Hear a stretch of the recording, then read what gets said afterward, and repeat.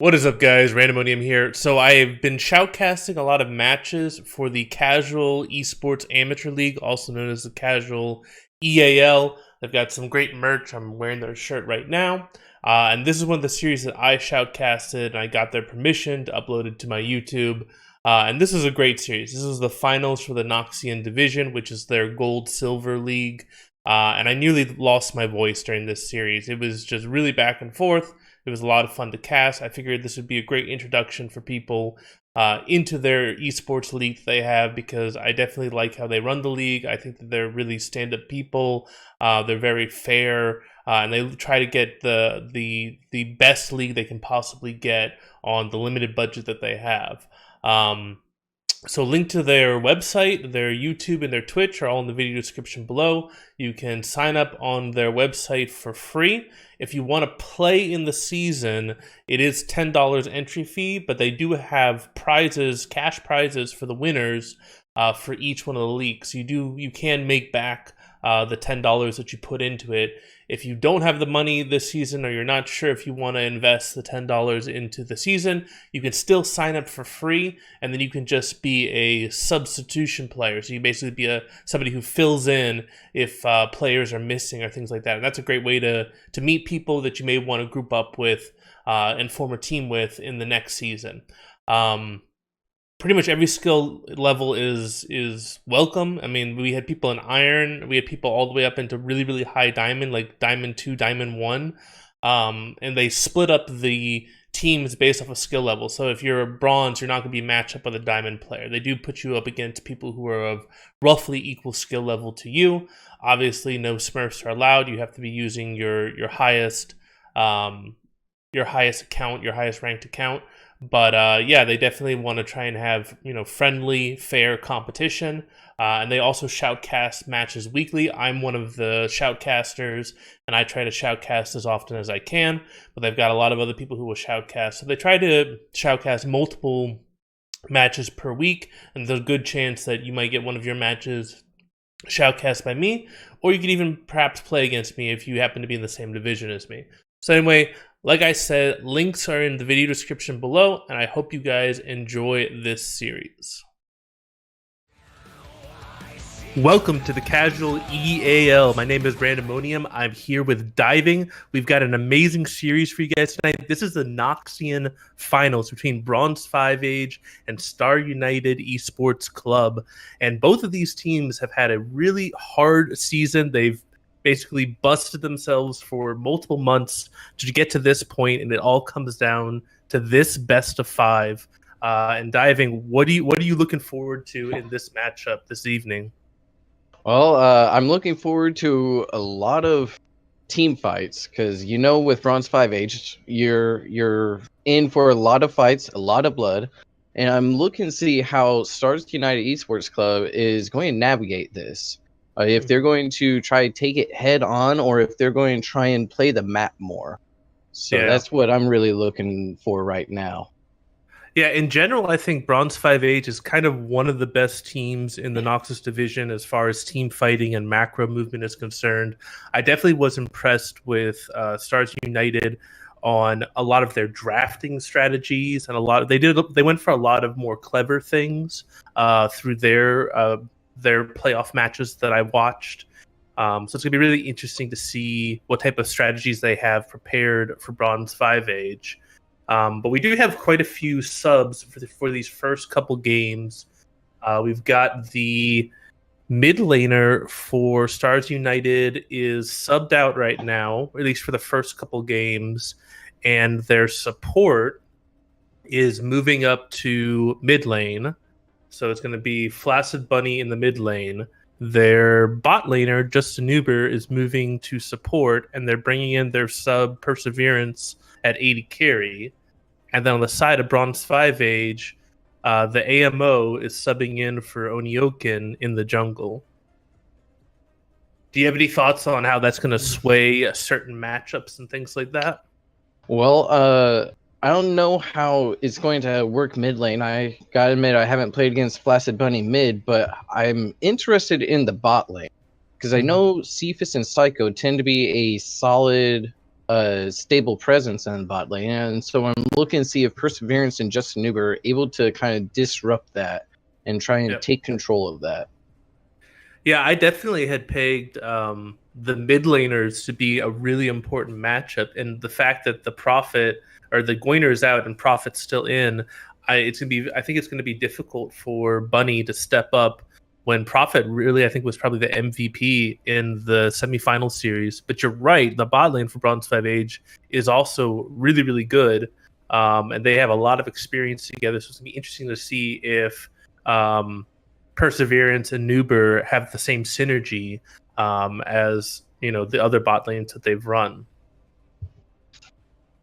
So if we get into the pro draft, one of the things that really stands out to me for game one is that Bronze 5 Age is really attacking that bot lane. They have 3 bans that they're devoting towards the AD carry position, banning out Lucian, Zaya, and Draven with their first 3 bans, and then they wind up first picking the Sivir. So it seems like they came in with a very prepared strategy. They wanted to get their bot lane onto that Sivir, and then they second picked the Leona. What's really interesting to me also is that Bronze 5 Age was able to get the Xin Zhao, which is the champion that Soul Reaver played, I believe, like all 3 games in the semifinal. So even though Stars United had priority to get that jungle pick, it winds up being Bronze 5 Age that gets the Xin Zhao. Yeah, that is really interesting. Speaking to the ADC bans, I imagine that is because they are a very solid Sivir team. So they're probably looking to ban out what they feel like they can't play Sivir into, and so I imagine they feel comfortable leaving up the Kaisa. Now, looking to SUEC, I think it's interesting. They took a lot of tanks here.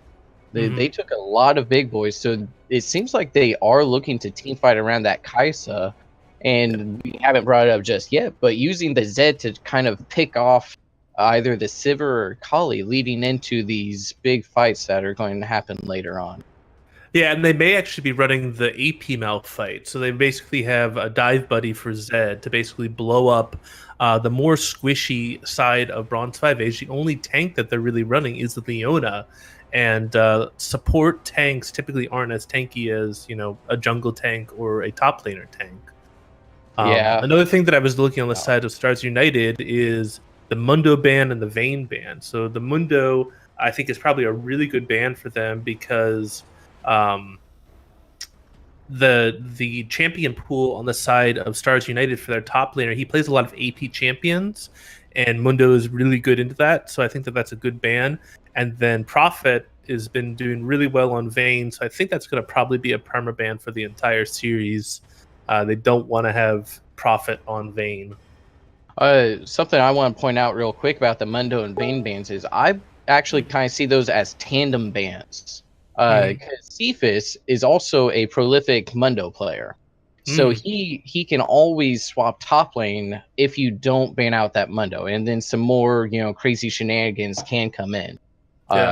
And that would include, Prophet swapping to ADC with the Vayne. So I kind of see those as kind of 2 tandem bans to lock down the roster and say, no, you're going to play your normal lanes into us.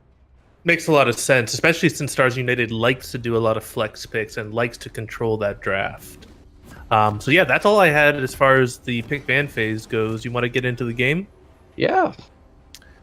All right, we're all synced at 10 seconds. Let's do 3, 2, 1, play. So what do you see as their win conditions? What are they playing for this game? Well, I definitely think that Bronze 5 Age is probably the better team fighting team. They've got a lot of AoE ultimates combined with the Sivir win condition. It seems like Stars United is going for a bit more pick potential with the Zed, and potentially, especially if they go for the AP Malphite. So I think that Stars United is going to be looking more for getting picks around Vision before the team fight starts. But if it's a straight up 5v5 team fight, I think that Bronze 5 Age might have the advantage. Yeah, and something I kind of want to point out is that this Kennen's running Klepto, so he should be able to just mine gold off of that Maokai in the top lane. That's very true. So very clever by the Xin Zhao, starting off with the sweeper and getting the ward kill.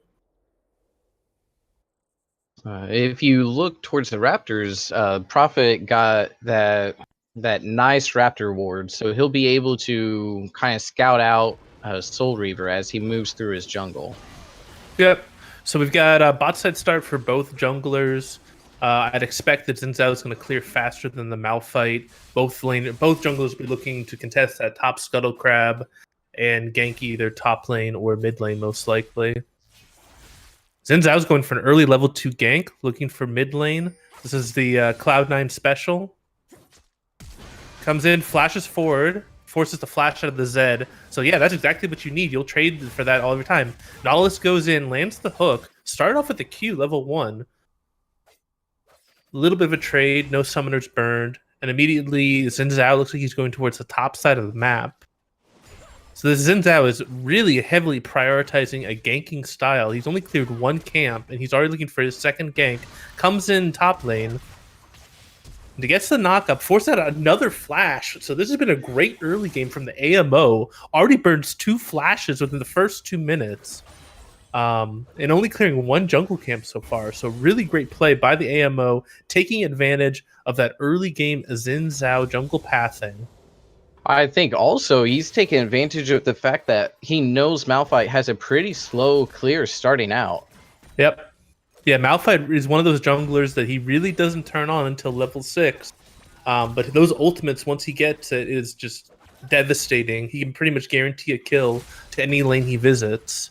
So yeah, I'm really impressed by AMO with his early ganking style that he has. And after this Scuttle Crab spawning here pretty soon, he's actually looking for an invade, looks like. Yeah, he is looking for the invade. He did see that the red has not been taken yet. So yeah, even though he had both of those, he did 2 ganks, he's still almost equal as far as CS is concerned. So some really good pathing by the Xin Zhao. Yeah, that's just a clear speed difference there. You know, the Malphite just has a terrible early clear, and Xin Zhao's just abusing that. That's smart jungling. I believe that is why he was one of the all-star votes for the jungle role. Yeah, so Xin Zhao was able to clear topside crab. He has the potential to potentially get both of these crabs if he starts pathing towards that direction. And there's no real gank opportunities for this Malphite right now. Topside is warded up pretty good with the Tri-Brush and also that Skull Crab vision. And Zed's been forced to back again, so there's no gank opportunity mid. So Malphite's just kind of stuck, just moving from camp to camp. Though, you know, as a Malphite, you're kind of expecting to not really do anything till level 6. If you can get a Predator gank off, that's nice, but at the same time, that's not really what your team is going to be playing for. They know that your big spike is around 6, and that they just need to hold on till then. And then that's when you can start coming in. Yeah, that's a really great point. If I was playing the Malphite, I definitely would be looking more for counter ganks, or looking for just people who are just really out of line. So he should know that Xin Zhao is going to probably be pathing towards this bot side. Ooh, great hook by the Nautilus. Lands the root with the auto attack, but then they just disengage. Something I do want to point out is that first Drake is Infernal, so I wonder if we're going to see a big fight around this. Yeah. Kennen took, I believe, 2 tower shots, so now he doesn't have the HP advantage anymore. Malphite was able to get the bot crab, so there won't be any early drakes unless Xin Zhao wants to do it on vision. Speaking to that health advantage, Maokai is actually this healing monstrosity. If you can't burn him down, he will. Oh, and as I say that, he goes in. Yeah, Malphite's going in. Procs the aftershock. Kenneth's down to less than 100 health. He's probably going to have to back. Yeah, that goes back to the turret shots you were speaking about. Kennen needs to be able to use that health to try and trade some, get some poke down, and but Maokai just able to heal through anything that Kinnon's Ooh, going to Maokai do. needs to push this. So right now, Kennen can set up a freeze potentially. It's a pretty huge wave, but if he can set up a freeze, then this is pretty good for the Kennen. Kennen did have to burn his teleport, so right now the Maokai does have teleport advantage and could look to make a play along the bot side of the map. Looks like Bronze 5H has started up the Drake, even though they don't have the teleport advantage. If Stars United is able to sniff this out, they might be able to contest, but Zed is in base right now. And Malphite's on the top side of the map, so it's most likely going to be a free Drake going over the side of Bronze 5H. Yeah, there would have to be some crazy shenanigans going on, but no, they're just going to give it over. I don't know if they even knew, but Maokai going back in there. Mm-hmm. Just going to trade a little bit, walk out, but Kinnon says no. Yep. And the Zed is still in base. I don't know if he's having connection issues or what, but he's been in base for 20 to 30 seconds now. They haven't called a pause or anything. Right. And it looks like Akali is now top lane once she's got the push in onto the Zed.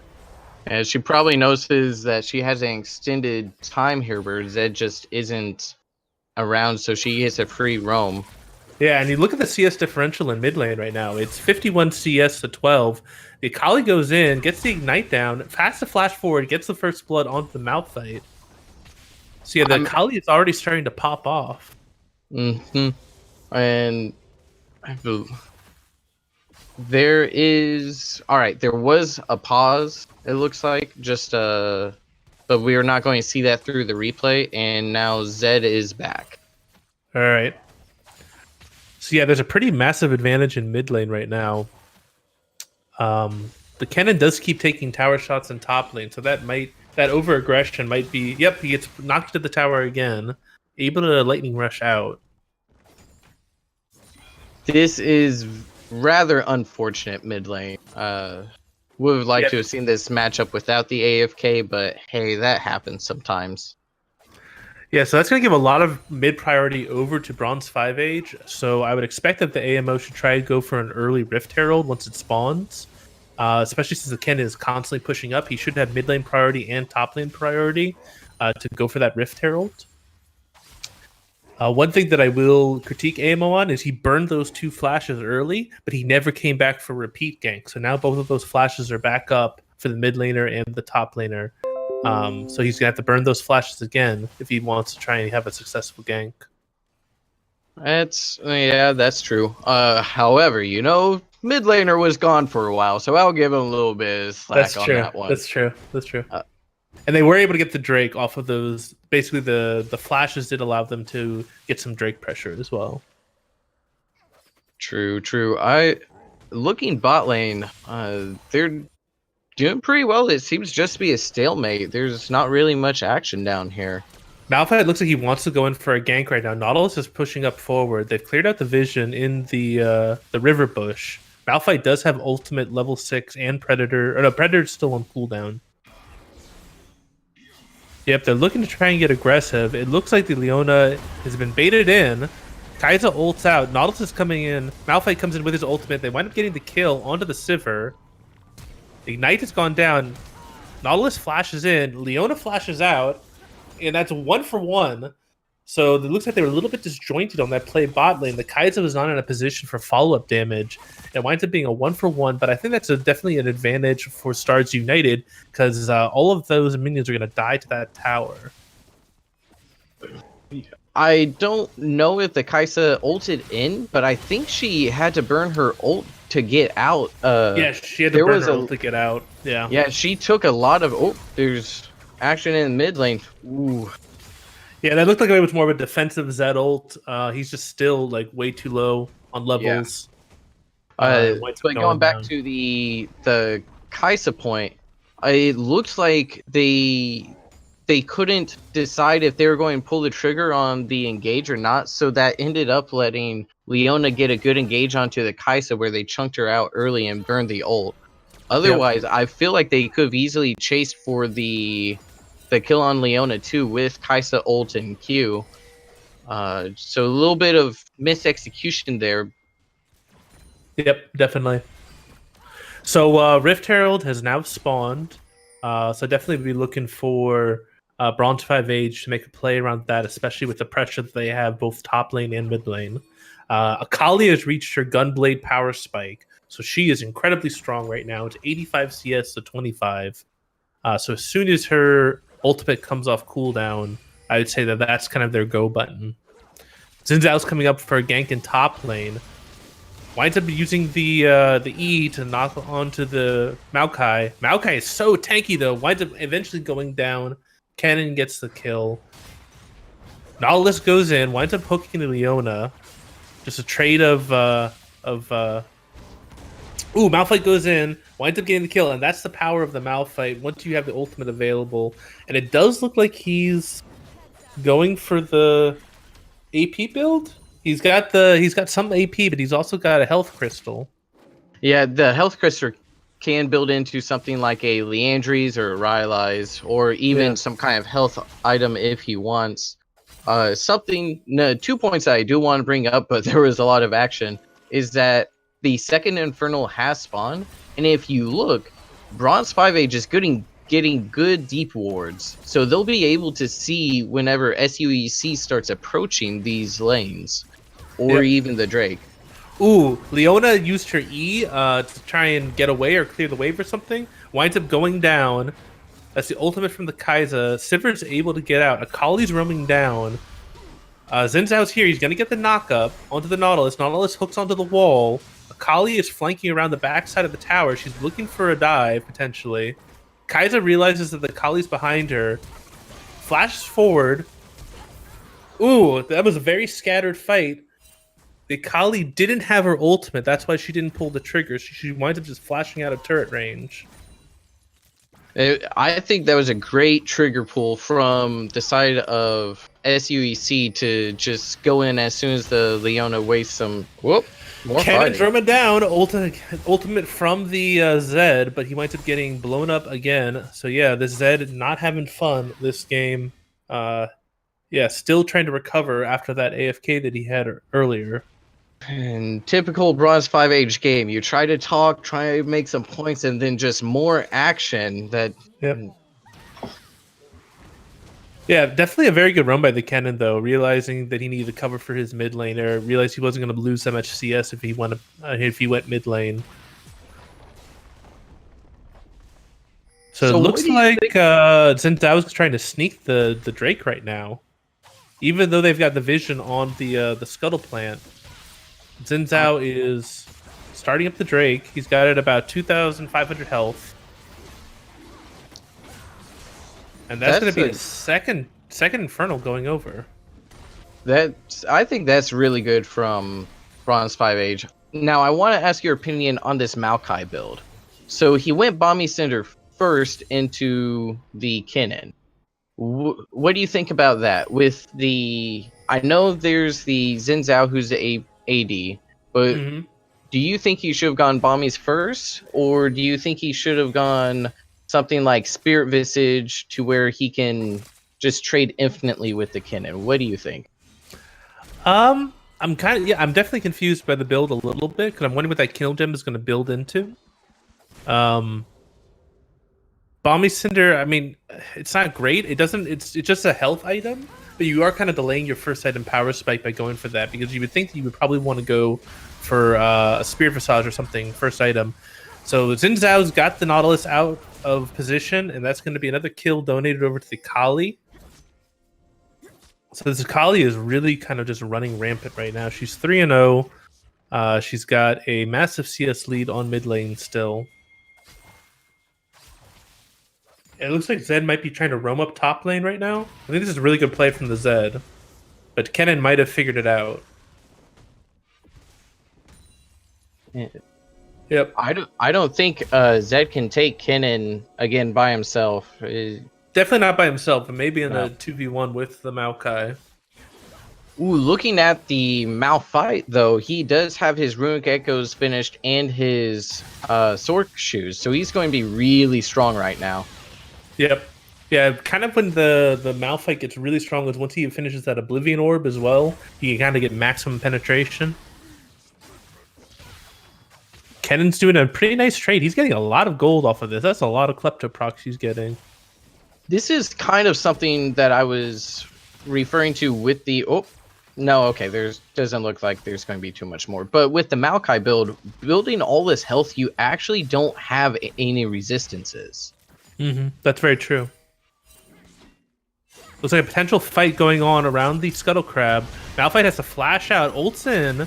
Zed ultimate goes down. Akali gets the kill. Another fight going on in bot lane. Heal comes out from the Kai'Sa as well as the ultimate. Disengage from Stars United across the board.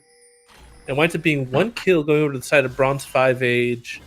Multiple summoners used and multiple ultimates used. That should be... Zintel might be able to start up the... It's in... Herald. I don't know if he can. Yeah. It does feel bad for the Zed, though, because he was so close to getting the ult pop on Akali. I think she lived with 100 health or less. So first tower is taken by the Kennen. Which is kind of what you expect in this kind of matchup. Just have the Maokai up there, lose gracefully, don't worry about too much. Yep. And he did initially buy a Sunfire, then he refunded and went into Merc Treads. So it looks like they're looking for a dive bot lane. Nautilus goes in, takes turret aggro, and that's going to be an easy kill over the side of the Nautilus and the Kai'Sa. They wind up trading that for the Rift Herald on the top side of the map, and I expect that they want to use that mid lane to kind of crack that mid-outer tower. Zed has no way of stopping the Rift Herald, so he can very much summon it right there in the middle of the lane.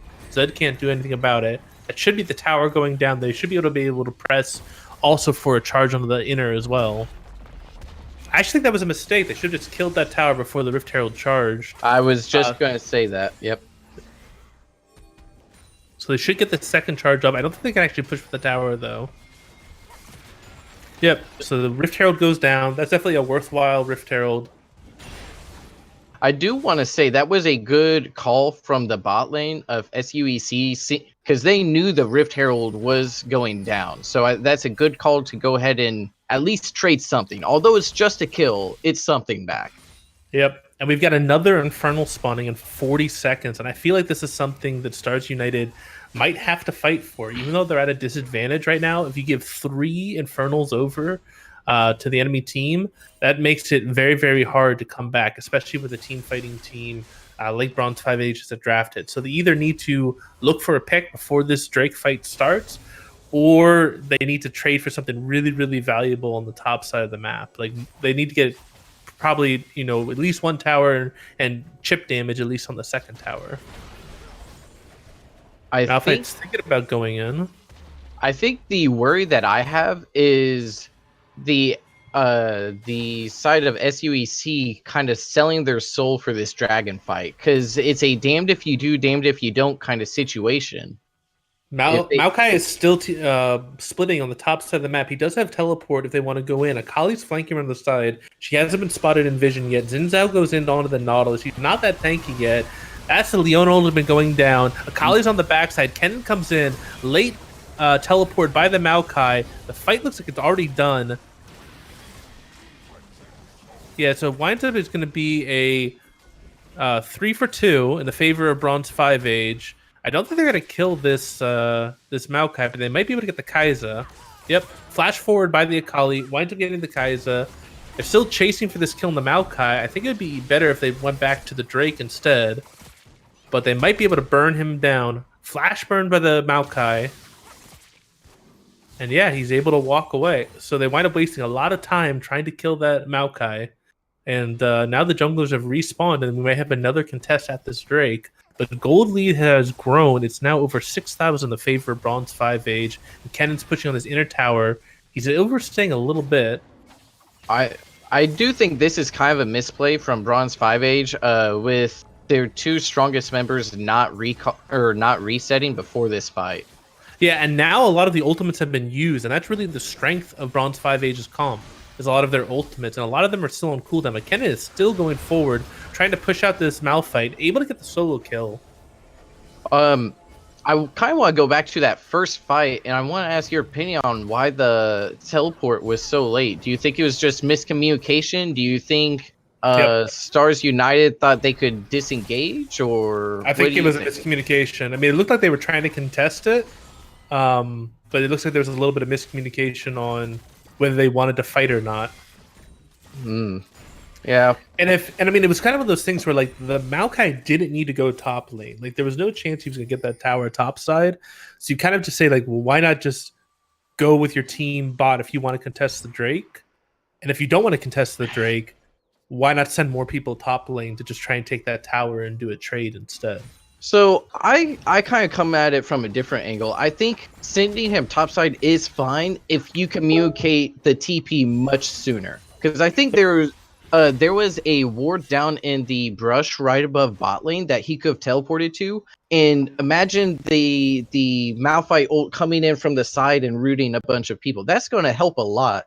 Granted, they're so far behind. I don't think that sways the team fight, but I still think that it's okay as long as you get the TP in much sooner. The problem is that the channel time on TP is, I believe, 4 seconds. Correct. So even if you're on time with that TP, there's a very good chance that one of your allies is already blown up before your TP even completes. With the fact that Bronze 5H has such a gold advantage, they have the raw stats to just burst someone before the fight even starts. So I feel like you can't rely on that TP play necessarily. I can certainly see there. I think it's kind of one of those I wouldn't say Hail Marys, but it's one of those almost desperation plays where they're just trying to get something pushing somewhere else. So they're kind of greeding out almost. Would probably be the best term for it. That's a good way of putting it. I definitely think it was a little bit too greedy from my personal taste, but that might have been what they were going for. But now we have a little bit of an ARAM style going on. Then you're going to need somebody to go up to stop that cannon. He's about to push onto inner tower right now. Ooh, I think it's a wrong call sending the Kaisa up there. I don't think you ever send your ADC to handle the side lane or even to handle the cannon. I agree, especially since the Zed is at such an EXP advantage. Getting him some more solo goal or solo experience is going to be really useful. Mm-hmm. So Akali's able to take that inner tower. They're going to try and 2v1 this Akali. She uses her ultimate.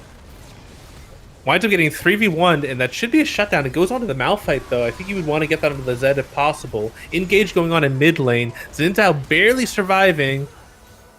Winds up eventually going down. And we've got a lot of tower shots being taken by the Sivir. She winds up going down as well. Kaisa's cleaning up. This is actually a really good fight for Stars United. Wow.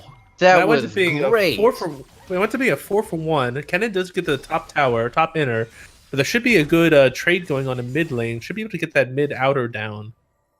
Oh, something I didn't notice was that the Kaisa hit kind of that 2-item power spike. She has the Mana Moon and the Ginsu's. So yeah, she's very strong right now.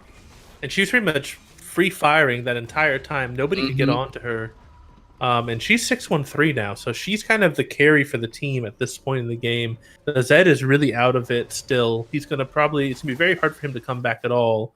Kennen winds up stopping the back on the Maokai, is going to try and engage on him. The Zed is nearby, but I think the Maokai can just walk this out.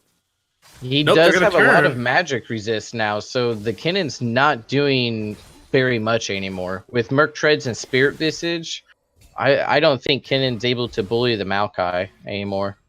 Yep. So we got a mountain showing up in about 42 seconds. Ooh, they're starting Baron. Yeah, they're looking like they want to go for the Baron instead. This is very risky. They do have them in a back timing right now. I think they know that the Maokai wanted to back. So they're think they even know. Yeah, they're risking it. They're going to come Prime Orb down. So they know it's happening. Malphite does have ultimate. He can come in. Kaisa's dead. Kali knocks her out. And it winds up being that Bronze 5H secures the Baron. And they wind up getting 2 kills for their trouble as well. Good Zhonya's by the Akali. She's going to live. Yeah, she's going to live. Leona's really low. She goes back in. Winds up getting hooked under tower. That's going to be 2 more kills going down to the Sivir. Winds up trading the Leona for that. And that's another ultimate used by the Akali. Winds up going and getting the kill. But another kill onto the Xin Zhao. Stopwatch from the cannon. Whoo! And that is an ace, actually. So we've got 3 people alive on the side of Bronze 5 Age. We got Drake alive. They still have the push available. They should be able to get this mid-inner tower and also secure the Drake as well, which will allow them to accelerate this Baron power play. Those were spicy few minutes there. The fight around mid lane where SUEC won that fight kind of gave me hope that if they could play these fights well, that there was a way for them to maybe stall out Baron or contest. But whenever the Akali just blows up the Kaisa before there is a fight, there's just nothing you can do. Yep. Yeah, it's really on the Kaiser. The Kaiser's kind of the protect the president right now, so they have to devote all of their resources to keeping this Akali off this Kaiser. Mm-hmm. I think at this point you just have the Nautilus attached to the Kaisa by hip, and which is what they're doing now. But I think that just has to be the case from this point on. You can't let Kaisa be alone, because if she gets picked, you lose. You can't fight without her. Yep, I agree completely. So Stars United wisely is not going past River. Bronze 5H still does have the Baron on multiple members. So it's really kind of defense mode right now. Just try to push out your waves. So and not give up any of the towers. So what I normally like to do is I like to ask, well, what does each team need to do from this point on? But it's so cut and dry. Ooh, great engagement in the Malphite. Goes in, winds up getting multiple kills. Kaisa's still alive on the backside. Winds up still being alive. Kennen goes in, but not able to finish her off.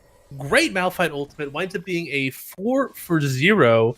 That's exactly what they needed to do. And right as I was about to say, they needed a miracle team fight. They pull out a miracle team fight. Gets the hook onto the Akali, but Akali gets it out. Yeah, so that's Baron going down on everyone except for the Akali.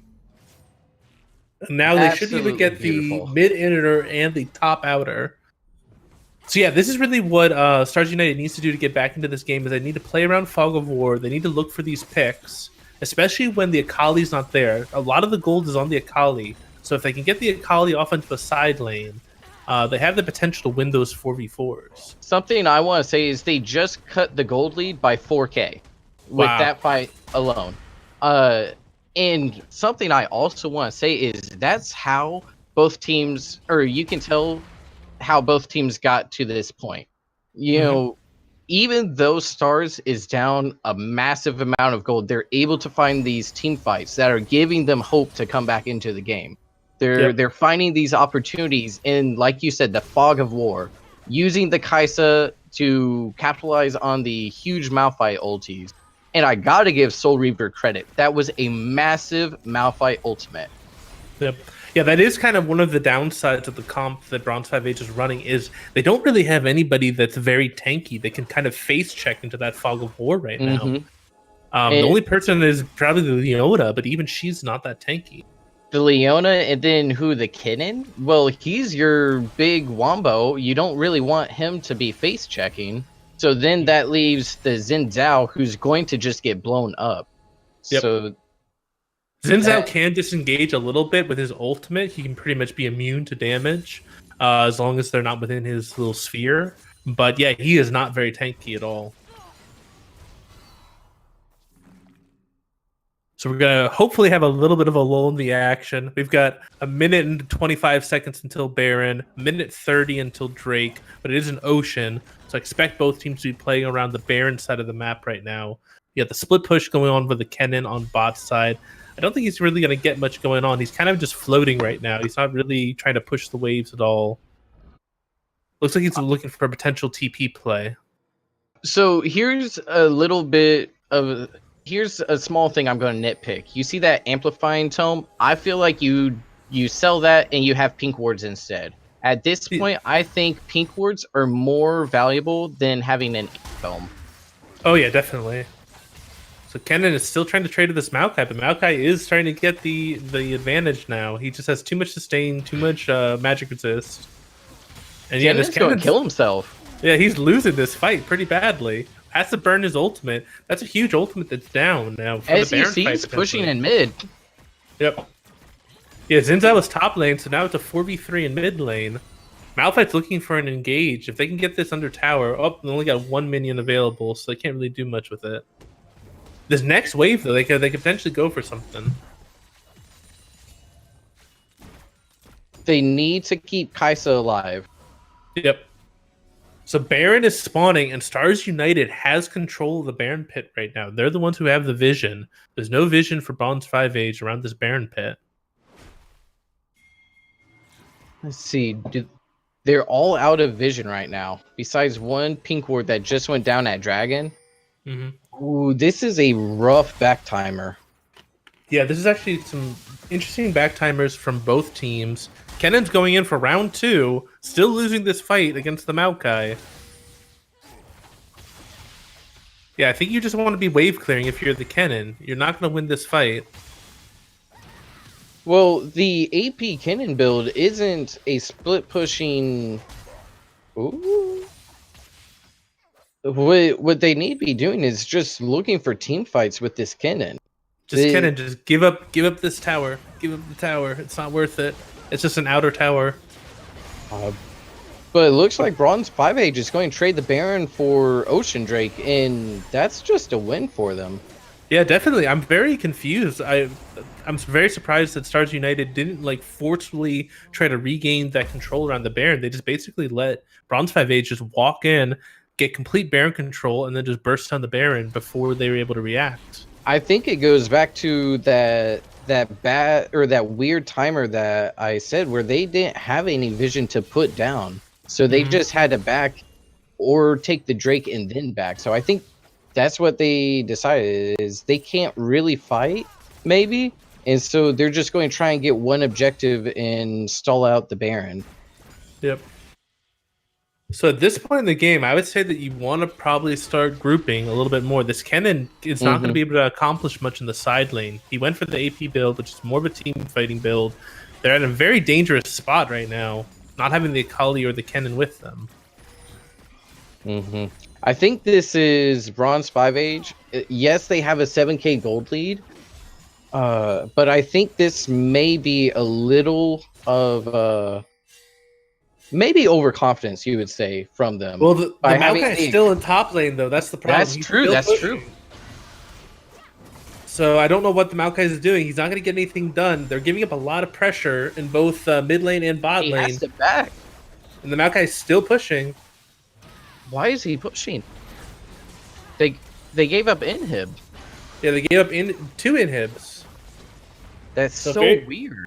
Very confusing play by the Maokai, but that's 2 inhibs down. Maybe he thought there was no way they were going to defend it, but that seems a bit odd. They just won the past couple fights. I think they fully have hope there. Yep. Especially with Bronze 5 Age funneling through the base entrances. Yeah, I'm definitely a bit confused because Bronze 5 Age will be able to collect most of this wave in top lane. So yeah, it's now gold lead has ballooned back up again. And yeah, Bronze 5 Age is definitely in the driver's seat. Yeah, and we're going to see them group top lane to get that last inhib, it looks like. With the Kennen buffing up minions mid lane. That makes a lot of sense. They basically have this Kali just in a permanent flanking position. They can use the Kennen to basically buff up the super minions, allow them to go a bit faster. Maokai goes in. I don't think he's going to be able to do much. He does heal up a lot, but...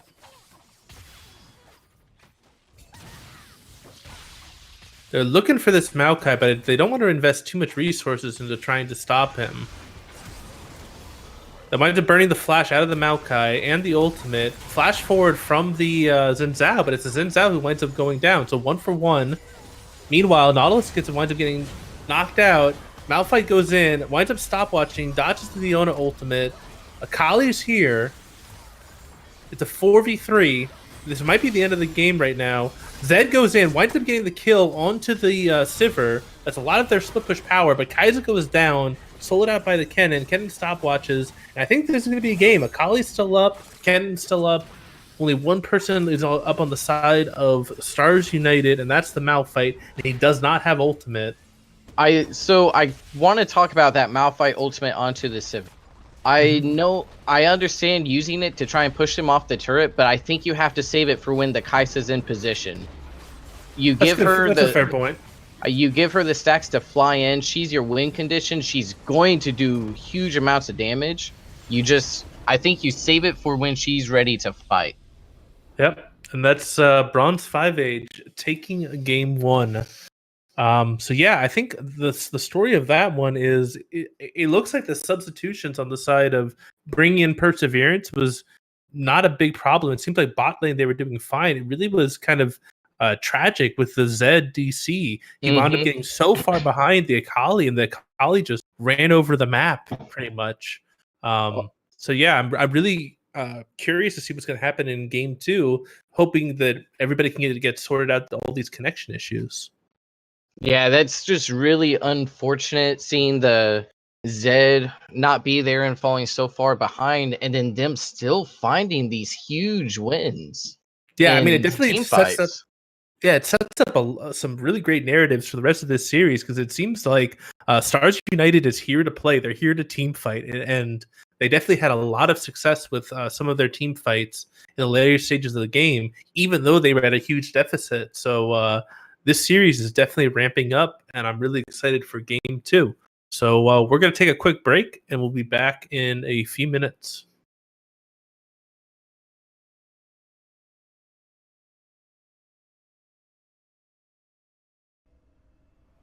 All right, we are back for game two between the Bronze 5 Age and Stars United Esports Club. Game one, Bronze 5 Age was able to take it off of some really great play from Prophet in mid lane. He was able to get a pretty huge advantage. Unfortunately, there was a disconnect for a little while. So I'm really excited for game two because Stars United did some really great team fighting even when they were behind. So what are you expecting to see for game two, and what changes would you like to see Stars United make for game two? Well, obviously, I'd like to see there not be a DC. But also, I think they just keep trying to team fight because whenever you're winning team fights at a 10k disadvantage, there's something fundamentally strong with your team.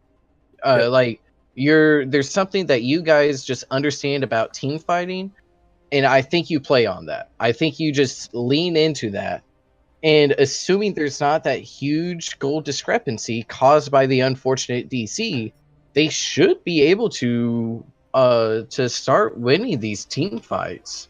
I think that's what you play on. Yeah, so I thought that the obviously for Stars United, kind of the key people that I was looking at that game was Soul Reaver on the Malphite, and then Perseverance on the Kai'Sa. And I find it very interesting in game two, for going into the pro draft for game two, Bronze 5 Age winds up getting 5 80 carry bans. They banned Lucian, Xayah, Draven, Kai'Sa, and Caitlyn. Just really target focusing Perseverance, realizing that he was kind of the carry for Stars United in that game one. And then their first pickup on Bronze 5 Age is the Malphite. So they take away that Soul Reaver Malphite, which was the go button for Stars United. So I really like the adaptation that Bronze 5 Age is making. It seems like Stars United has a lot of the same similar bans. They banned out Mundo, Vayne, Kale, and Jarvan, which was same from the game one. And they wind up first picking the Kennen, so that's their priority. What other things kind of stand out to you in this draft? What stands out to me is that they valued the Annie over getting a Kai'Sa. You see the Malphite, the Sivir, the Alistar, or you see the Malphite Sivir, and you know that if you don't pick something going into the second round, then the really high priority ADCs are going to get banned out. See the Kai'Sa and Caitlyn. Yep. And so it's interesting to me that they value the Annie over getting Perseverance his Kai'Sa again. Yeah, that's a really important point. It's going to be interesting to see if that winds up paying off, if that Annie pick is really that valuable. Because I think having Perseverance on that Kai'Sa was absolutely monumental. It's going to be interesting to see if you can pull off a similar feat on this Ezreal. And then, of course, we have to talk about Yasuo coming out from Prophet in the mid lane with the Malphite and the Alistar. Not just any Alistar, Psychopez's Alistar, which is one of his best champions. So we've got multiple knockups for this Yasuo with the follow-up of the Karthus ultimate as well. So this is looking like another team fight-heavy composition coming out on the side of Bronze 5 Age. So, two other things that stand out to me are the Echo Jungle for Soul Reaver. I don't know how much he plays it. I personally haven't most seen played him. champion. Is it? It's his most played champion this season. That is awesome. But he has not pulled it out at all this entire season in the casual EAL. Okay, so that's why I don't know it. But the other thing I want to point out is the Karthus. So the Karthus works when you have winning lanes. If you don't have winning lanes, the Karthus is really hard to protect. So what I'm interested in here is seeing how the Yasuo and the Annie matchup's going to go.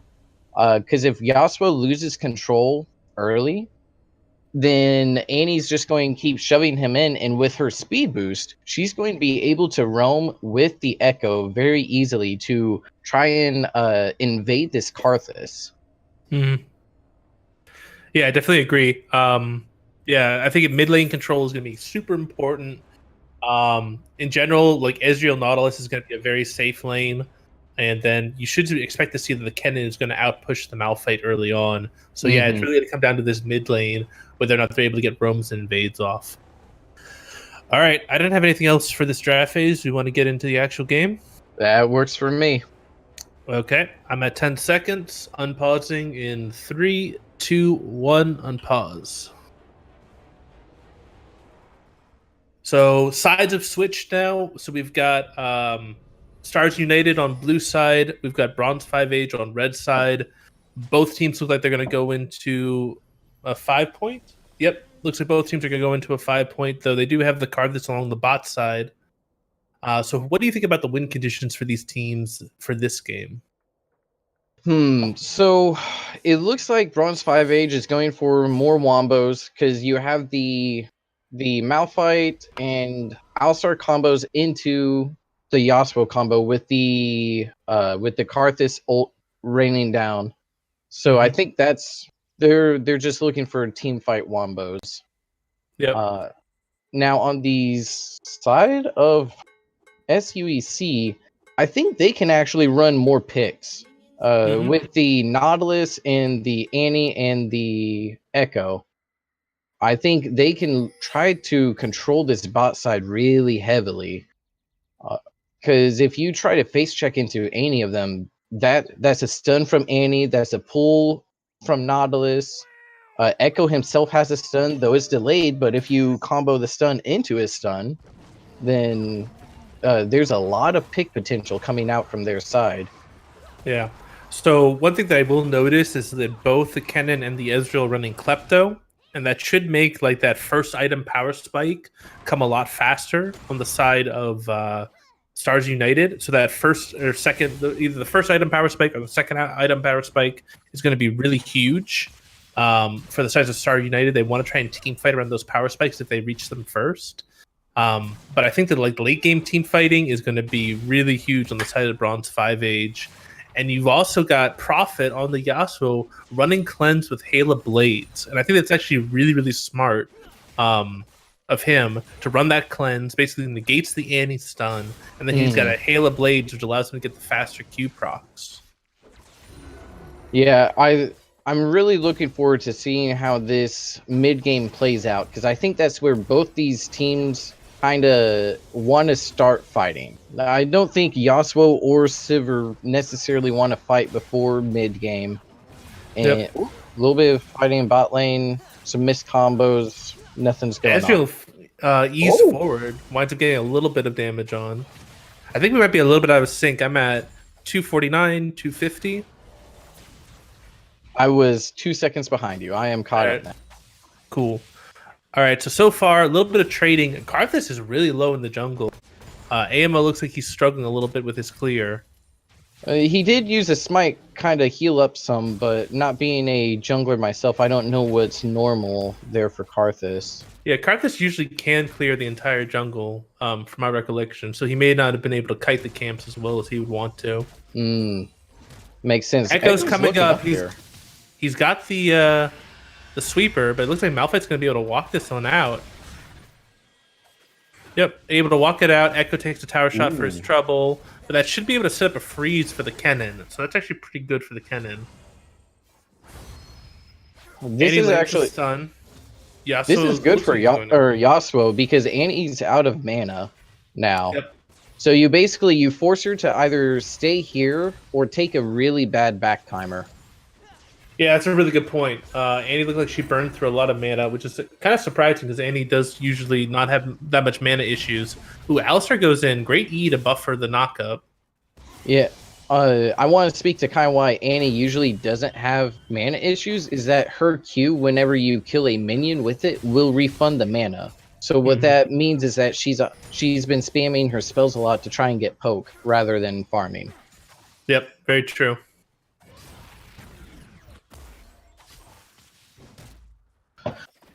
So far, not much has happened. There's actually been a much quieter early game. No summoner spells have been burned. Looks like most people are pretty low on mana, low on resources. Ezreal's almost out of mana. Annie's almost out of mana. Kennen's almost out of health, and he's going to wind up taking actually a pretty bad back. He's going to have to TP back in because Malphite could freeze on him. Something that I think is unfortunate for Stars United here is that the first Drake is a Cloud Drake. I feel like that's actually unfortunate because they, in my opinion, I think they're able to fight a lot earlier than Bronze 5 Age is. Is Malphite going to die to minions? He is going to die to minions. Okay, so that's an execute. I mean, I guess that gets you back to the fountain a little bit faster, but... True. Kind of unfortunate for Kennen, though, that the wave is pushing away from him. I'm surprised he didn't TP to that. Yeah. I think what he could do here is maybe try to roam into jungle and get some deep vision here. I don't know what else you really do, unfortunately. Well, he's got to get it pushed under tower. I don't know. Ooh, Echo's going for Karthus. Yeah, winds up getting the invade. Gets the flash out from the Karthus. Looks like everybody's trying to collapse onto this Yasuo right now. Yasuo wind walls, wrong direction. Exhaust goes down. Cleanses out. Flashes out as well. So yeah, it looks like Stars United is doing a really good job doing exactly what you were talking about, using that pressure they gain from mid lane to get those invades on the Karthus. Yeah, I definitely like seeing them know kind of their win condition here. I think it's a little interesting that Malphite just came back to lane and he's already really low.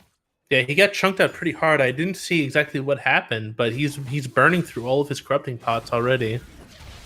I think it's more of him trying to freeze the wave out of turret so he doesn't lose a lot of farm, kind of trading his health in turn for that. Yeah, but it looks like they did get pushed in, and now it's going to start slow pushing away from him. And that's going to put him in a really bad spot. He does have TP if he wants to use it. Ooh, Anti-Stippers goes down. Seems a bit ambitious, but that should chunk out the Yasuo quite a bit. What I would like to see Echo or Annie do is try to let Yasuo push out. Because when you... both of his sums are down. You need to let him push out. That way Echo can try to come in from behind. And then you guys have an easy game with Annie flash stun. Yeah, I think that she had to try and get it under tower so she could reset the wave. But yeah, I agree with you. She definitely wants the wave to start pushing into Yasuo with both of his summoners down. Nautilus looks like he's going for an engage. He's trying to bait out the spell shield. Yasuo is going in, even though he doesn't have summoners. I want to say that's good play from Yasuo, knowing that he has his flow shield up, so that he can kind of go in, take a quick trade, and jump back out using minions. Yeah, and also he timed that to when the Annie didn't have her stun charged up. She was only like 1 or 2 charges. We got a potential roam coming out from the Yasuo. Looks like he may just be trying to pick up Scuttle Crab. Yep. Ooh, flash forward from the Alistar. Ignite goes down. Winds up being able to stun the Ezreal. Flash and heal from the Ezreal. Nautilus is going in. It's a 1v2. Both Echo and the Yasuo here. Windwall blocks the Nautilus Q. Alistar goes back in again. Karthus ultimate coming down. Annie flashes forward for the stun. Echo flashes forward as well. Gets the kill onto the Alistar. Alistar did not have his ultimate yet. We got blinking health bars across the board, but it went to being 1 kill for Stars United.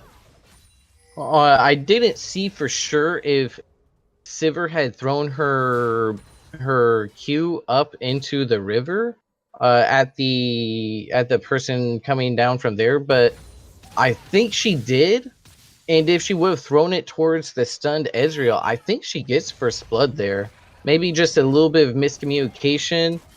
But that's great from Stars United to come down and kind of capitalize on the overcommit from Bronze 5 Age.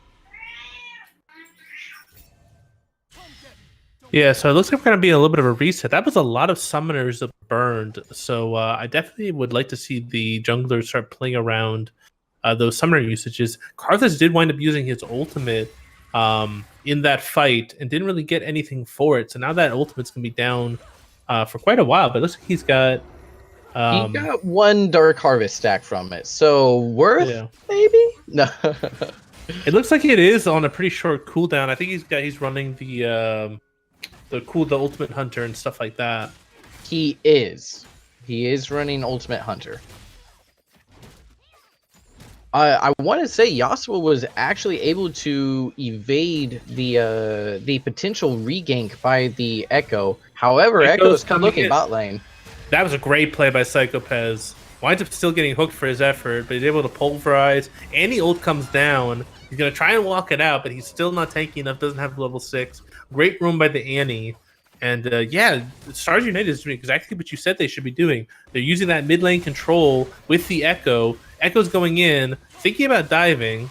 He does have ult up, so he can dive if he wants. But he does ult out while Kennen trades really heavily onto the Karthus there. Yep. Something I do want to point out is Yasuo has been able to farm... Ultimate coming in. Karthus ultimate going down as well. That's going to be a kill for the Karthus. Well timed by Bronze 5H to get a kill back on the board. And Yasuo was up top lane, so they're going to try and trade some plates top lane for some plates bot lane.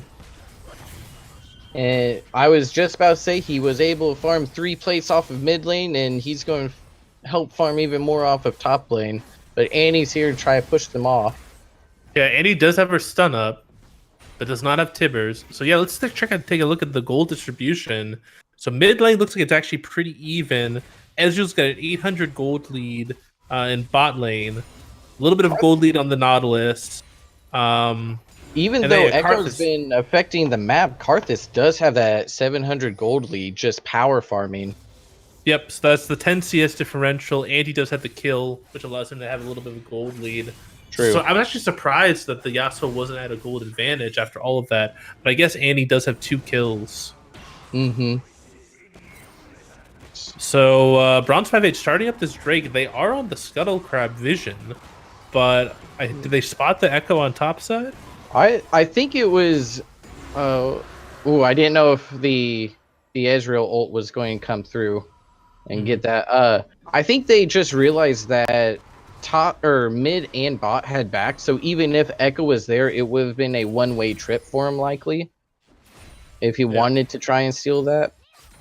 Potentially, he does have the ultimate. The great thing about Echo, right? It was true, but it was on cooldown when they got Dragon. No. Oh, was it? Okay. Yeah, just for like 3 more seconds whenever Dragon went down. Oh, Annie's going in. Winds up getting the Tibbers down. He also winds up going out. Winds up saving his cleanse. Doesn't use it. Trades a lot of his health for that, though. Ken's still trading onto the Malphite. Ooh, I see why Yasuo didn't use his cleanse there. He's sitting on 1,700 gold, so he hasn't backed yet. So he's going to already back, so it's okay trading his health there. That's actually a really smart play by Prophet, just knowing what the limitations of his champion are, understanding that he's not in kill risk right now, and then just taking that back, allowing the Karthus to basically come in, clear some waves, get a little bit more of a gold advantage. And now he's going to come back with a static shift power spike, and he's probably going to look for an all-in here with the cleanse available. Is Echo looking bot lane? I think they're looking for a dive here potentially. They're shoving this wave. Yeah, they are. They're definitely looking for it. I don't know if they're going to get it under tower in time. There's only one plate left, so that they could rush the tower down.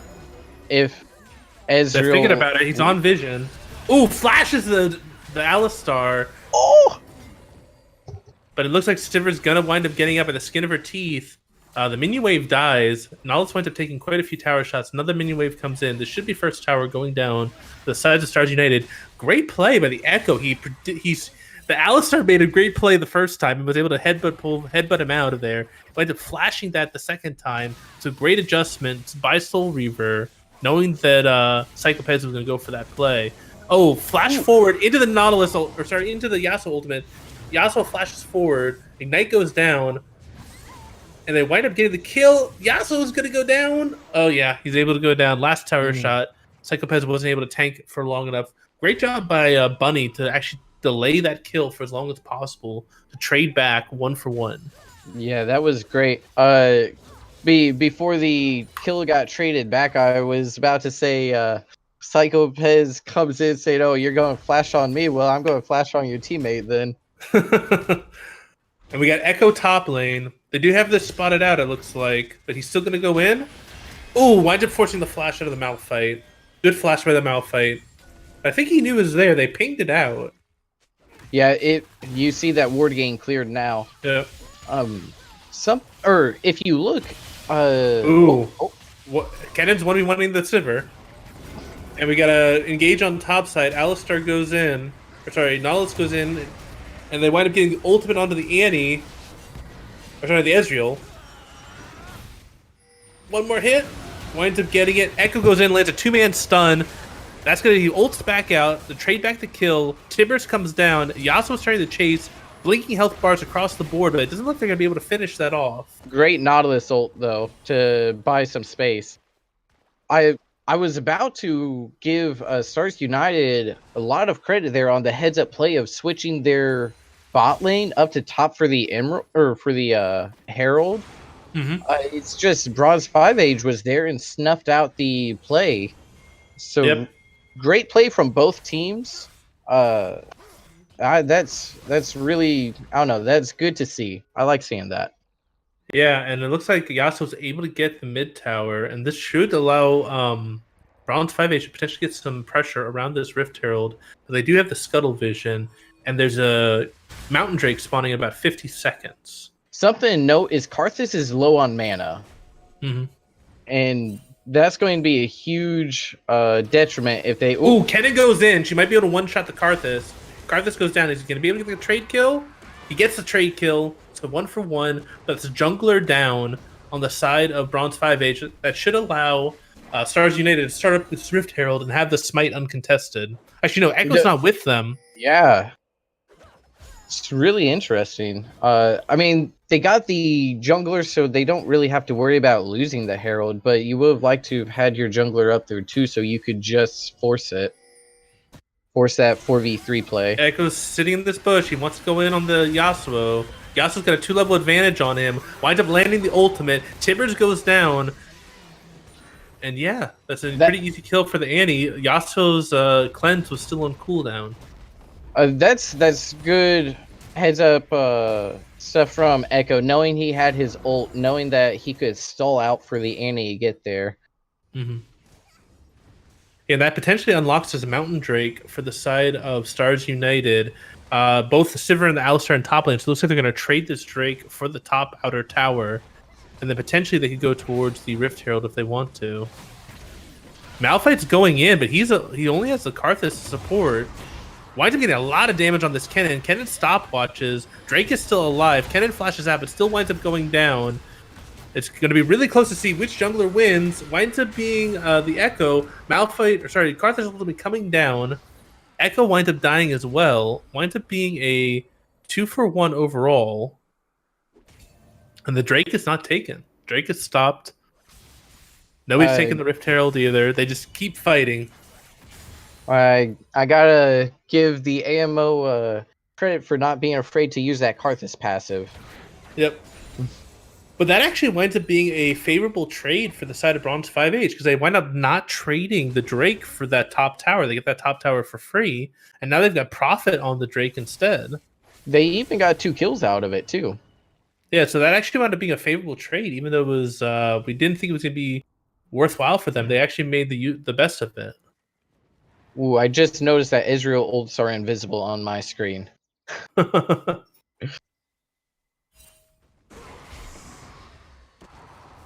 So it looks like Ezreal's still pushing up.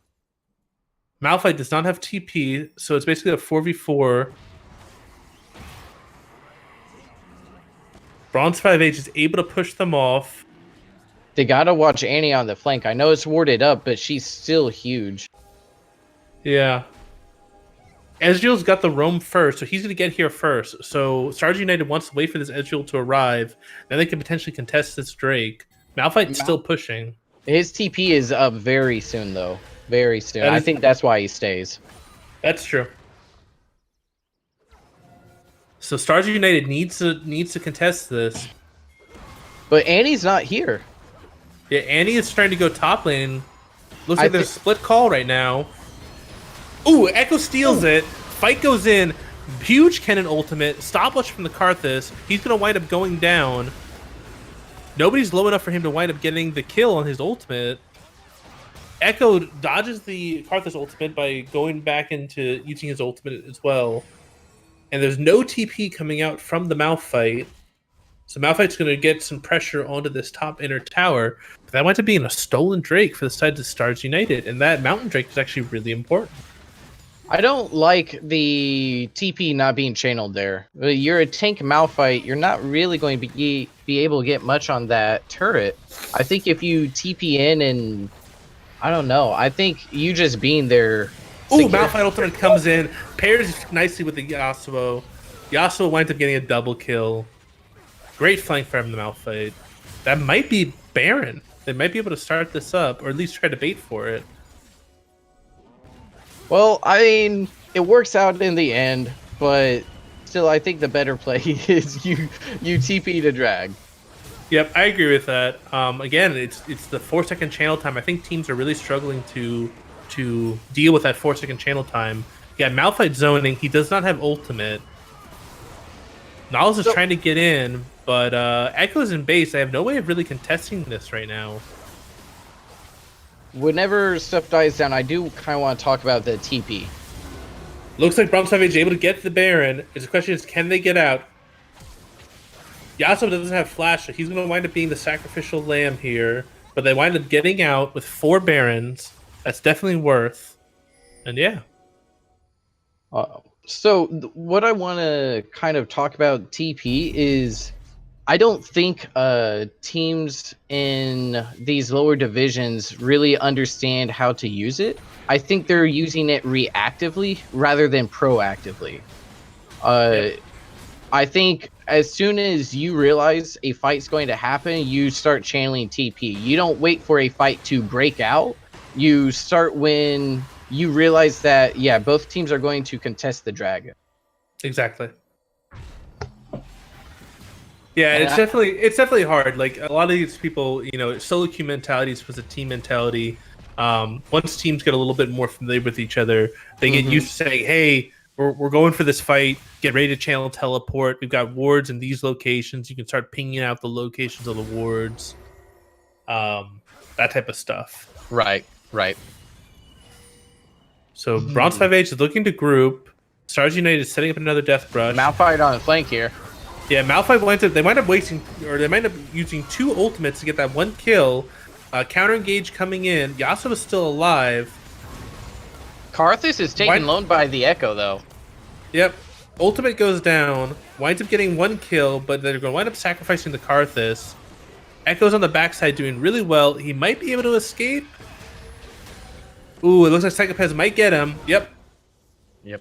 So that winds up being 2 Barons off of the side of Bronze 5H. They wind up getting 3 kills for themselves, so they should be able to continue pushing here. They do have the Sivir wave clear.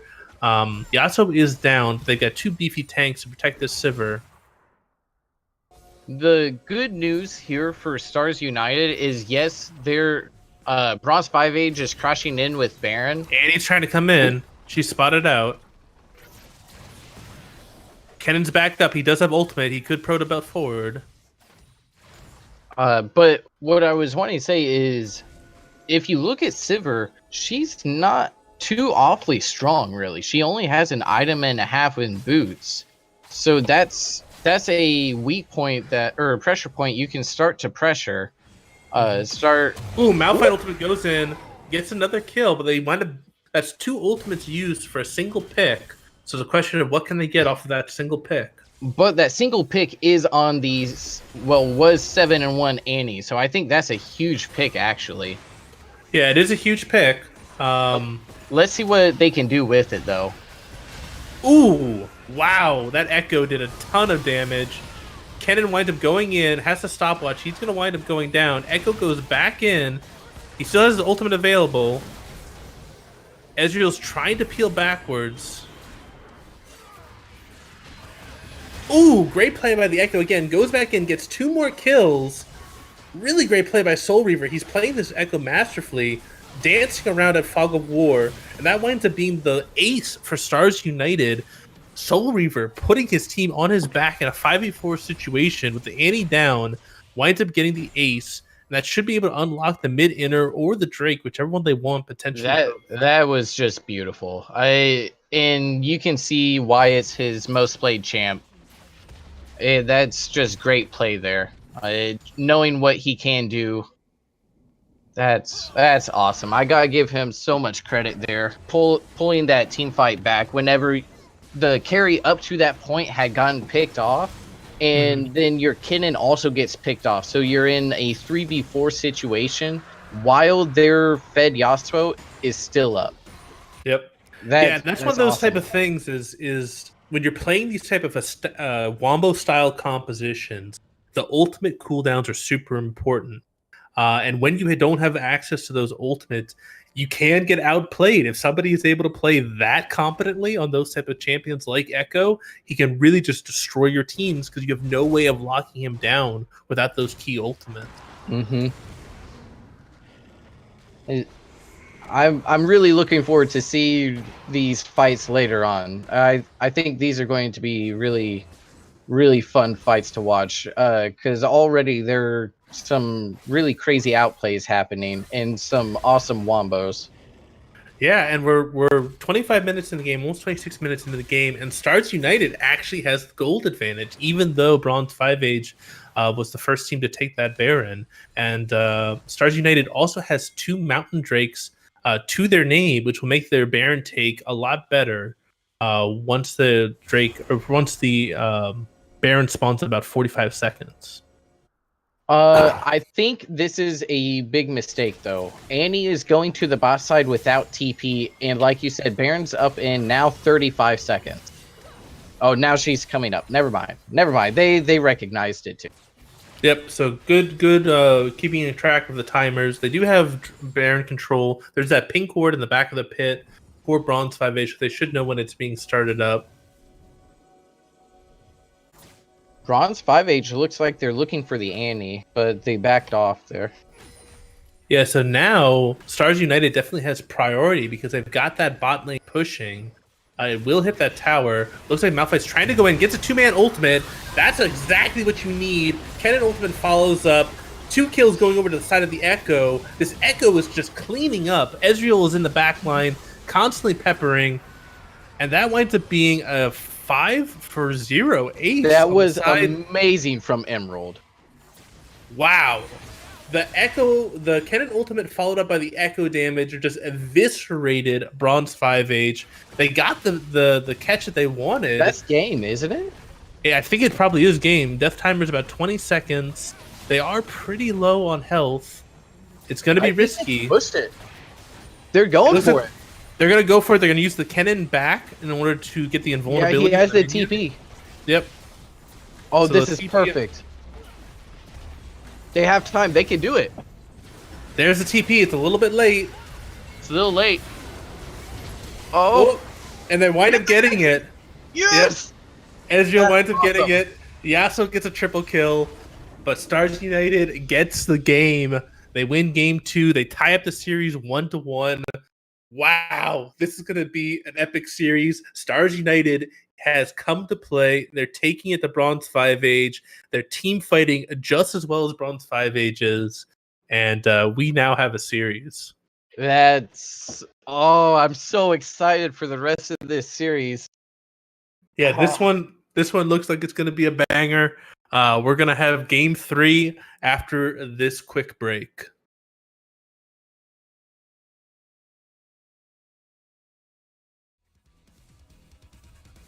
All right, we are back for game 3 between Bronze 5 Age and Stars United. This is the Noxian Finals, a best of 5 series. And wow, we just had a really exciting game 2. Stars United was able to tie up the series 1-1, and we now have some substitutions coming in. So we've got Onyokin back in for Bronze 5 Age in the jungle position. Goiner is now back in for mid lane on the side of Stars United. They're keeping in Justin Uber as the support on the side of Stars United. So what do you think about these substitutions, and how do you think it's going to impact going into Game 3 and the rest of the series? So from Bronze 5 Age, I'm expecting more synergy with the jungle. This is, of course, their normal jungler, and they've been playing together for a while. So I'm expecting more synergy there. And on the side of Stars United, I'm expecting to see Goiner really try to put in a lot of work with this Yasuo. I mean, he picked it basically saying, look, you guys may not have been able to win with it game 2, but I'm confident on it here in game 3. Mm-hmm. Yeah, so it's very interesting because I do feel like Soul Reaver was getting the best of the jungle matchup in those first 2 games. So it's going to be interesting to see if Onyokin can match him in the jungle. And I do think that Prophet was definitely winning mid lane both of those first 2 games. So now with these substitutions, it's going to be interesting to see if Stars United still has the advantage in jungle and if Bronze 5 Age still has the advantage in mid lane. But yeah, as far as the draft is concerned, we're seeing almost identical bands coming out, or at least the first 3 bands. Mundo, Vayne, Kale on the sides of Stars United, Lucian, Xayah, Draven on the sides of Bronze 5 Age. We definitely have some variation in the second round of bands that came through, and it looks like Stars United is going for a lot more wombo combo potential. They've got the Malphite, they've got the Yasuo, they've got the Kennen, so they're realizing that this is going to basically be a 5v5 team fighting, very scrappy kind of matchup. So it looks like they're drafting more towards that team fighting style. Yeah, and what I want to point out from second round bans from both these teams is that Stars United, they're protecting their mid laner with the bans of Malzahar and Akali, whereas Bronze 5 Age is protecting their bot lane with the Nautilus Morgana bans. So you can kind of see where their priorities are in this one, where they don't want to get blown open. Yeah, the Nautilus is actually doing pretty well in this series. And yeah, it looks like the Morgana ban opened up, even though it was Bronze 5 Age that banned the Morgana, that opened them up for the Thresh pickup for Stars United. And very interesting, we don't have a tank into the Kennen anymore. We now have the Victor in top lane going up against this Kennen. The Kennen was beating on tanks for the first 2 games. So it's going to be very interesting to see how the Victor matchup is going to go. And we've got the Tristana in mid lane, which was picked after the Yasuo. So obviously Prophet thinks that his Tristana will be able to counter the Yasuo even with the wind wall.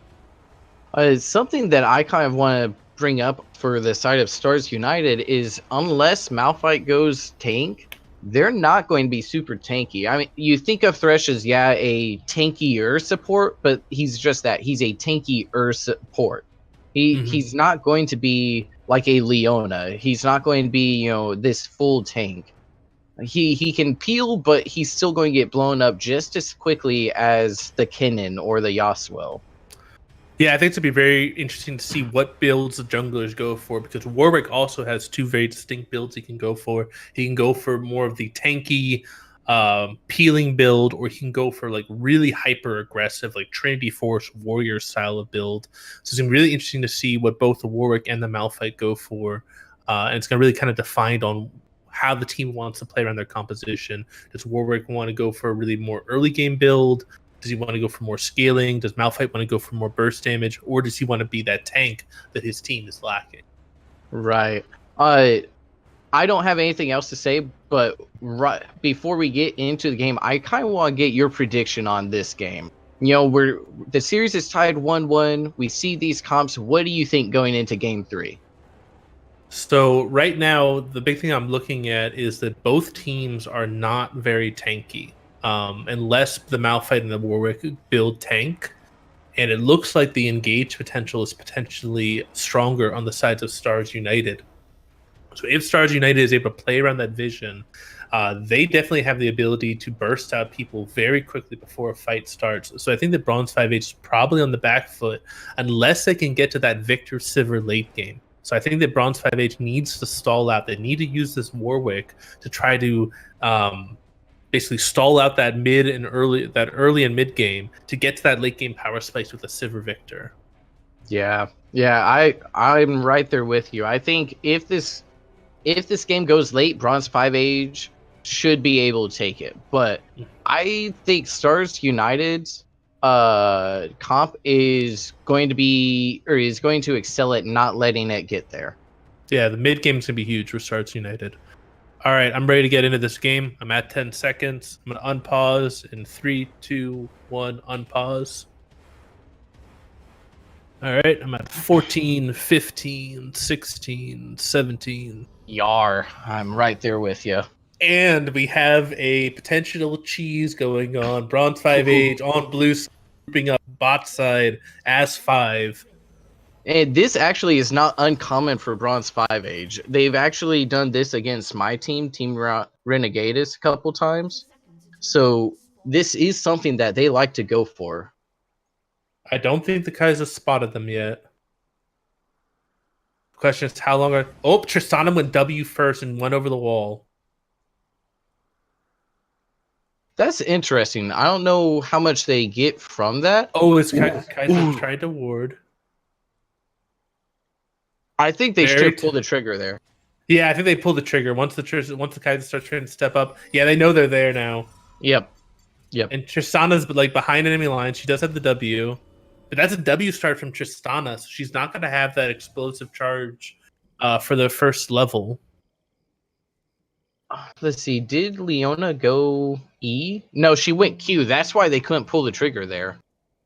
Interesting. Yeah, I would have waited to rank up that Leona ability until you knew for sure. So again, we've got both junglers starting on bot side. So this is the third game that both junglers have started on bot side. So both teams should know what the jungle pathing is going to be, and they should be able to adjust accordingly for that. We see a lot of wards coming down on the sides of Stars United. That's 4 wards that they've devoted in the first minute of the game. So a lot of those wards are going to die very soon. And looks like Warwick did walk over a ward, so they should know that he's going for that red. Mm-hmm. So that is going to be a 3 buff. There's no way that Malphite can contest this. While we have some time here in the early game, I do want to talk about Prophet a little bit. Picking this Tristana, he is an ADC main that swapped mid lane, so him picking the Tristana is probably really a comfort pick. Not to say that it's not bad mid lane, but he's going to spot out Malphite here. Yeah, it's a really great call by the Tristana, realizing that Malphite had to go potential invade on the red side.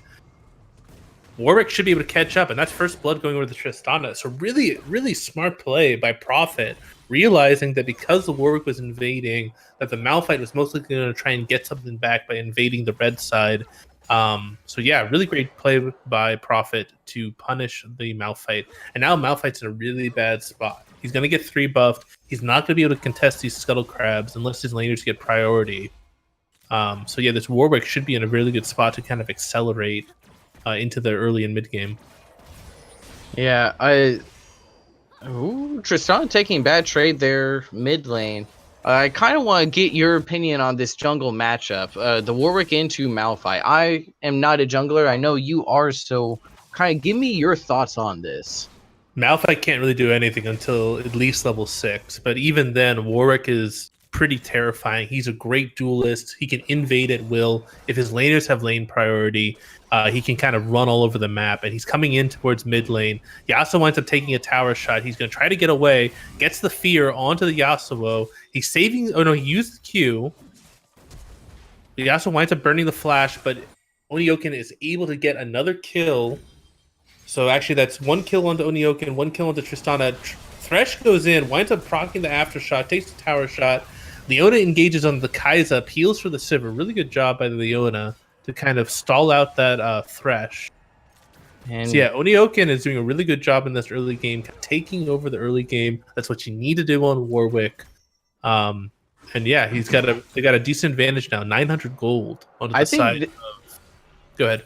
Oh, I was going to say, I think Oninoken coming in, we've already seen the effect. Yeah, there seems to be better synergy because I bet he's the one that called for the Malphite invade, and that's why the Tristana went there. Normally, whenever there's these kinds of plays, it's the jungler that's saying, "Yeah, he's probably going to go to my red side," and I think having Oninoken in, we're already seeing the effect. There's so much more synergy.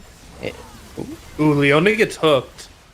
She winds up trading onto the Kai'Sa. They might be able to turn this. That's a heal coming down from the Kai'Sa. Malphite's here. He's popped the Predator. Winds up getting it, forcing out the flash from the Leona. Great spell shield. But Onioken is here. He could be able to clean this up. Goes forward, gets a pass through, force out the flash from the Kai'Sa. Thresh is probably going to go down. Force out the flash from the Thresh. Onioken still chasing. He does have the blood scent. Not able to get the pass through the way he wanted onto the Kai'Sa. But great reactive play by the Warwick to basically kind of stem any aggression. Tristana is going aggressive. Winds up getting the explosive shot onto the Yasuo. Yasuo will be able to walk out, but he does not have TP anymore. He's going to wind up having to back. That might be a plate going over to the Tristana. Warwick's continuing with this invade. He should be able to get at least one camp. And one other big thing about Warwick is that he's really good at taking early drakes. So as soon as that vision expires from the Scuttle Crab, he should be able to take that early Ocean Drake, which is going to be really useful if you can get that early into the game. So I'm going to go ahead and give your lungs a little bit break, and I'll take over for a little bit. I want to talk about the initial 2v2 in the bot lane. Stars United thought they could get a favorable trade onto Bronze 5 Age, but I don't know what happened. They were disjointed or something, but the Leona and Sivir just turned around and said, no, you're not going to force this onto us.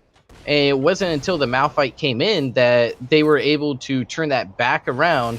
And of course, we saw the Warwick trade in. Oh, I'll let you take over here. Yeah, so great trade by the Yasuo, but Tristana hits level 6, uses the ultimate to knock him away, and that's a solo kill coming out on the side of Prophet.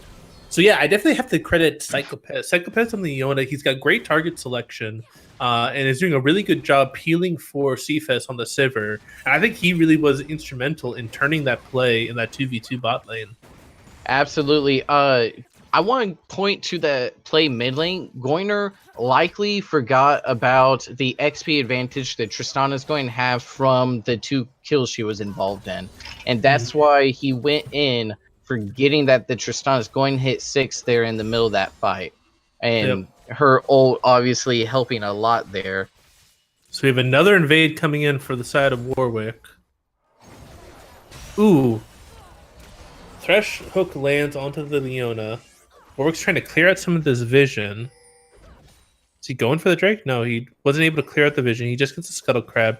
Malphite does not win this. He's 2 levels down on the Yasuo is behind Warwick, though. Ooh, yeah, that is true.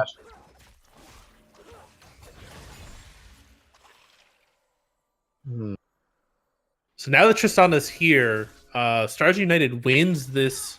Bronze 5 Age wins this 4v4. Mm-hmm. They wind up getting the Thresh hook. Leona goes in. Yasuo ult onto one person.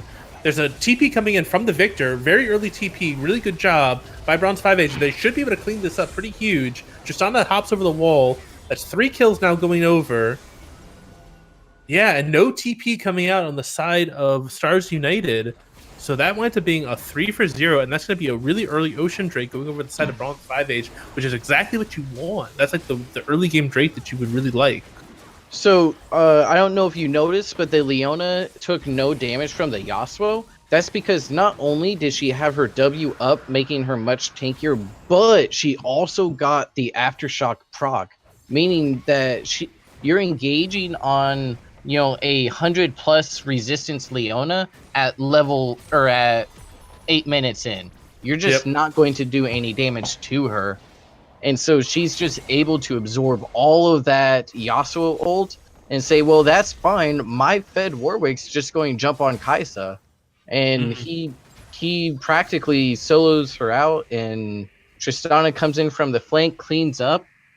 I think they really kind of underestimate just how tanky the Leona would be. Yeah, it's a common mistake is to blow too many long cooldown abilities on the tank. And Leona, even though she's only like level 5 at the time, she's deceptively tanky with that W and the Aftershock. Tristana going in again winds up forcing out the flash from the Yasuo.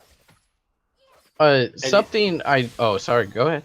I was gonna say that it seems like this Tristana is completely taken over the lane now. She's 3-0-1, 15 CS up, so that's another kill worth of gold on top of that.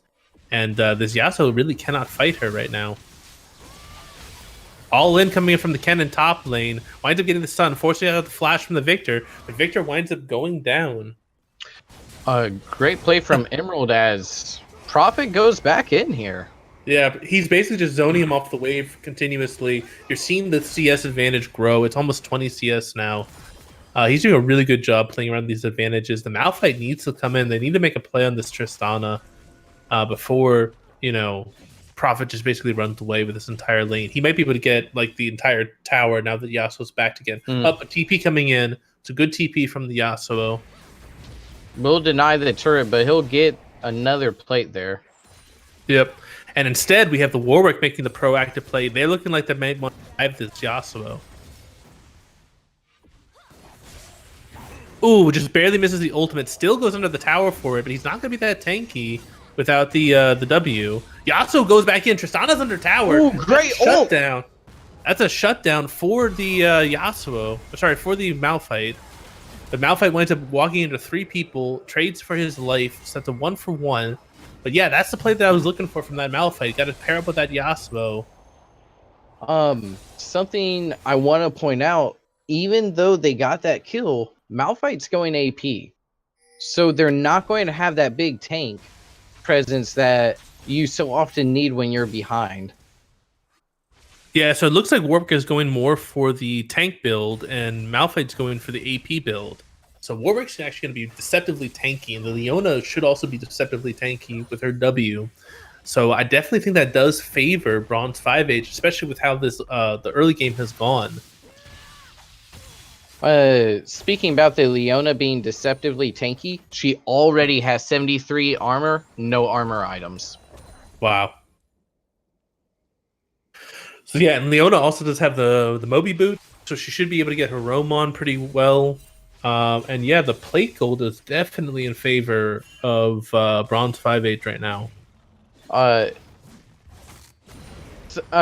Top lane, you're actually going to be able to actively see the difference between being able to buy real items on Kennen and being forced to upgrade your Hex Core on Victor. Kennen's just going to have much more stats and utility from his items than Victor's going to for a while.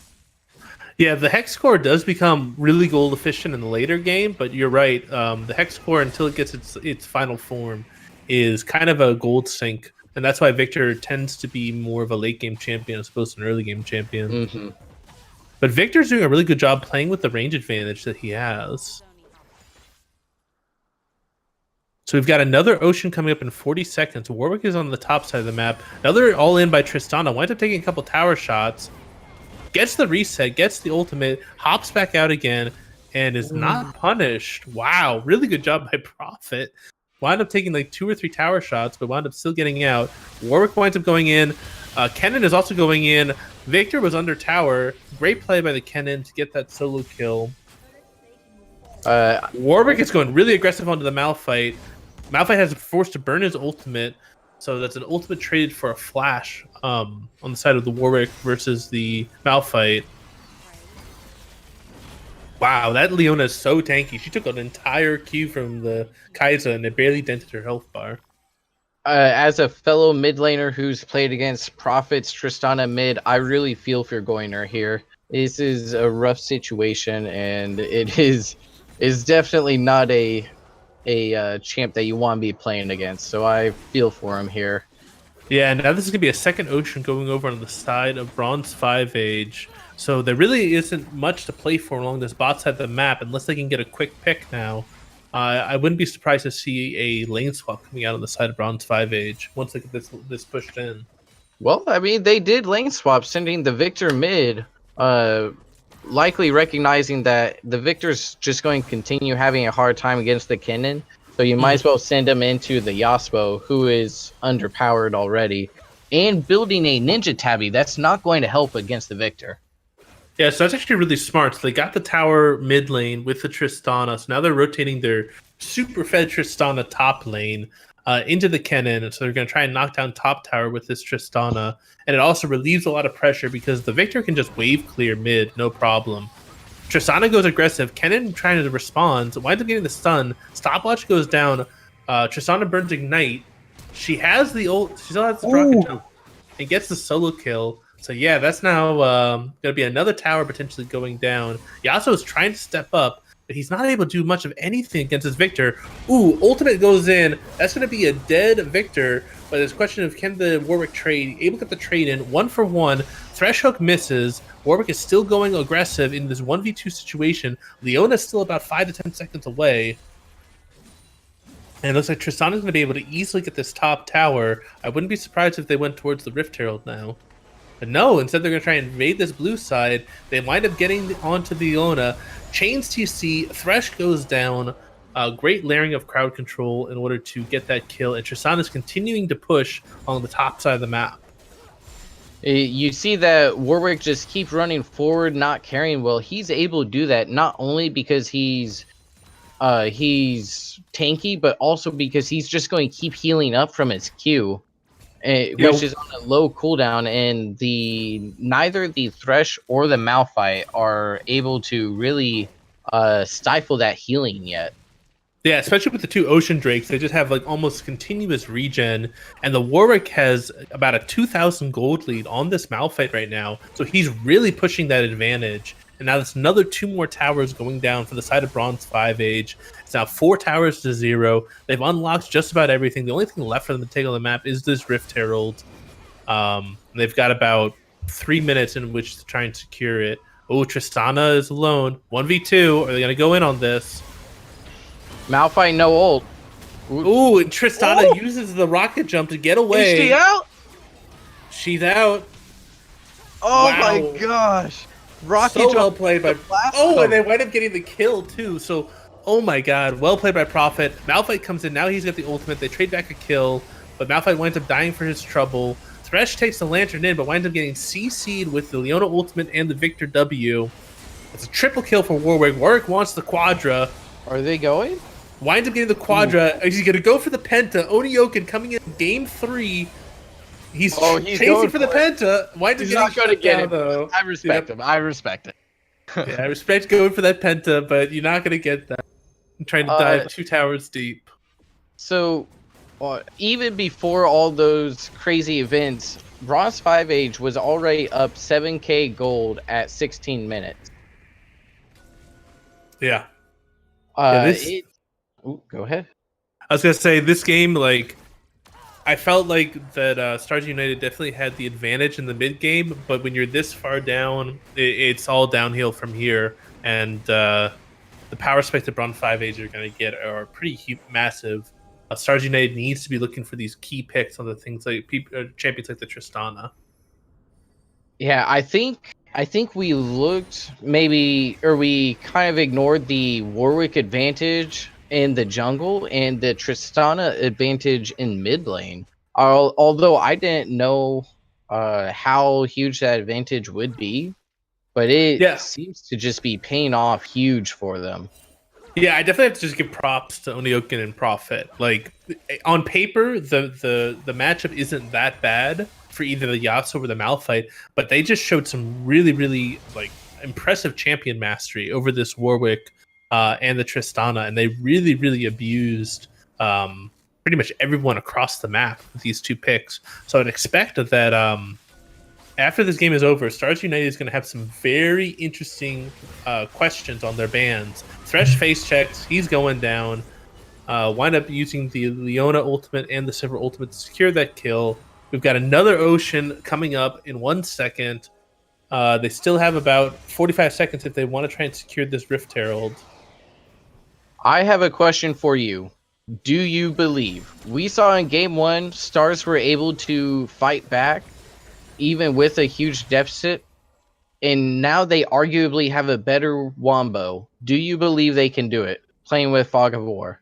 I think they're going to get at least one team fight win. The question, I don't know if they can come back, but I think that they will equalize at least some of the gold in this game. But I don't know if it's going to be enough. They need to have multiple team fight wins in a row to be able to come back in this game. And it's going to be really hard to win that many times in a row before Bronze 5 Age is able to steamroll you, especially with this Baron coming up in the very near future. And that's their third Ocean, so they can just continuously bait out this Baron if they want. Ooh, Warwick goes aggressive. He used the ultimate, didn't land it. Yasuo should win this. He's got his ultimate. Yep, he's going to wind up winning this. I don't know why the Warwick tried to go in on that after the ultimate missed. Like, the big thing with Warwick is that he gains so much sustain from that ultimate that a lot of times you often want to hold that ultimate. If you're going to go for a duel, the longer you can hold that ultimate, the more it benefits you usually. Man, it was just a heat check. He was feeling it. He's 7-1. He's like, I think I can do it. Yeah, but that's definitely a lot of gold going back over to this Yasuo. He only has got the one item, but that definitely is some much needed gold in the side of Stars United. Kind of ruined his 0-10 power spike by getting a couple of kills, but hey, we'll see what's in store for him. So we got a Death Brush coming from Stars United. This is what they need. Leona goes forward. They're going to face check on the Victor. Tristana's going in, though. Tristana has to flash forward, gets the kill into the Yasuo. They're chasing Leona. Malphite misses the ultimate on the Tristana. I think that Malphite's going to go down for this because he has no resistance. They're too split. Heal comes out. Tristana might go down to this, though. But Thresh gets the kill. Oh, no. You wanted that on the Kai'Sa. But oh, well. A kill is a kill. But Shutdown Gold going on to the Thresh, unfortunately. Winds up being a 2-for-2 overall. But that's great for for Stars United. Anytime you're behind and you're trading even, that's actually good for you. Because you should be losing everything, especially when you're this far behind. Sivir looks like she's trying to bait a little bit. The Warwick is there. It's a 3. Oh, okay. I didn't see the Warwick there on the mini map. Yep. Ooh, Kennen goes in, winds up almost one-shotting the Sivir. Sivir has to flash and heal out. TP is coming down from the Yasuo. They wind up getting the kill onto the Kennen. Yasuo comes in, gets the kill into the Sivir, but Yasuo is going to wind up going down. Winds up being a 2-for-1. This might be a chance for them to start up the Baron now. Tristana's coming out of base. They probably want to wait for her. Yeah, she's a huge amount of DPS right now. Victor has gotten his completed Hex Core plus Sheen, but he doesn't melt Baron. Oh, Special Agent Malphite. Just stay in that bush. Don't show anything. Just had to poker face it. I respect it. So that's the Rift Herald coming down, being able to siege on the inhib. Oh my god, that damage from the Tristana. Malphite pops the Predator, trying to dissuade them from trying to continue this engage on this mid inhibitor. Warwick's back on the Baron. It looks like they're going to try and retreat towards it. Warwick looks like he could practically solo it almost. It's pretty hard for Warwick to solo the Baron with the damage reduction that the Baron gets. With his Q healing and 3 Ocean Drakes, I don't know, but no, they're going to peel back. They're not going to make him try solo it. And with both Sivir and Tristana, that's actually going to go down pretty quick. Yeah, and actually, really great job by Alston to basically just be peeling and kind of basically saying, "Oh no, we're not doing Baron. I'm just clearing mid lane. There's nothing to see here." So good job by him. They wind up getting the Baron on all 5 members. They've got an open inhib mid, so they're going to group up as 5, and they're going to push down mid lane right now. I think I want to say that's especially good from Alston because he recognizes he's 1-4 right now, and he doesn't do much to Baron. So the best use for him is to be kind of that handshaking, like, "Hey, look over here. There's nothing to see here." Cannon's going in. Malphite ultimate comes in. Yasuo, that's the wombo you need. There's 3 kills going down. Only Leona and Warwick are up. Can Warwick sustain through all of this?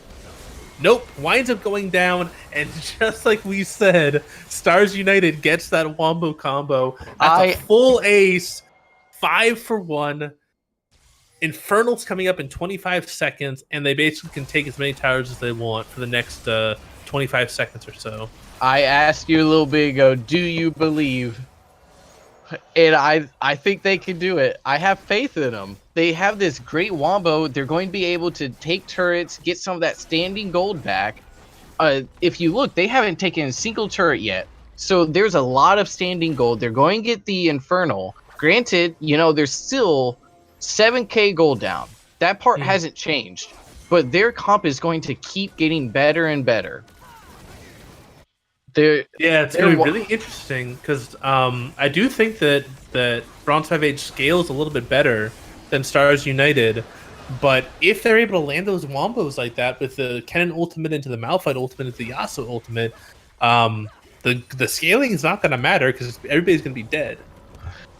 So Bronze 5H's comp isn't really that good at fighting front to back, I don't think, because of the wombo. I think the wombo kind of cancels the front to back fighting, so these more spread out fights where you can't get a 3-man Kennen ult.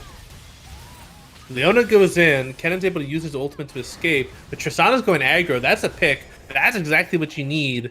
You wind up getting them while they're in their jungle. But I think Bronze 5H actually, even though, they have 2 ADCs, they have a Victor, yeah, they're looking for team fights, but they want more spread out team fights. They don't want to get caught in the AoE of the Malphite, of the Kennen. They want to try and stay spread out. And if they can do that, these fights are just going to keep going in their favor. They're going to keep smacking stars with their sacks of gold. Like, hey, you can't do anything. We're just going to outbuy you. Yeah, I really think that at this point in the game, Leona and Warwick's purpose is just to eat crowd control. Like, that's their sole job. It's to just stand in front, try to waste ultimates, try to burn crowd control.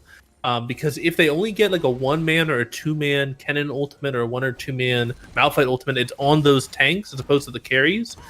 There is the potential for the double 80 carry comp to kind of clean up once those key cooldowns are used. So I'm going to use a little bit of hindsight here. Because obviously, with hindsight, everything's 2020. I think I would have liked to have seen Malphite go tank and then see Kai'Sa build AP. I think that would have been a fair assessment. I mean, you got a lot of AP damage from the Kennen as well. So you don't necessarily need a second AP threat. And Kai'Sa, even if she builds full AD, does deal a decent amount of magic damage with her passive. The reason I say that is because if you look at Leona, she has 173 armor, or something near that. Mm-hmm. Yeah, 164 right now. Tristana's going to get a solo kill. Most likely. Oh, maybe not. Forces out the flash out of the Tristana. Winds up so barely close. Getting the solo kill. Yeah. But yeah, that was way closer than I thought it was going to be. This Kennen actually did some pretty serious work, even though the Tristana's on full 3 items. But kind of going back to my Kai'Sa point is more of because then you're forcing them to build split resistances. It's not so easy for them to just build like a Thornmail on the Warwick. Jeez, wow, I was spacing there. Yeah, I definitely agree with that. I think that Malphite should have gone tank.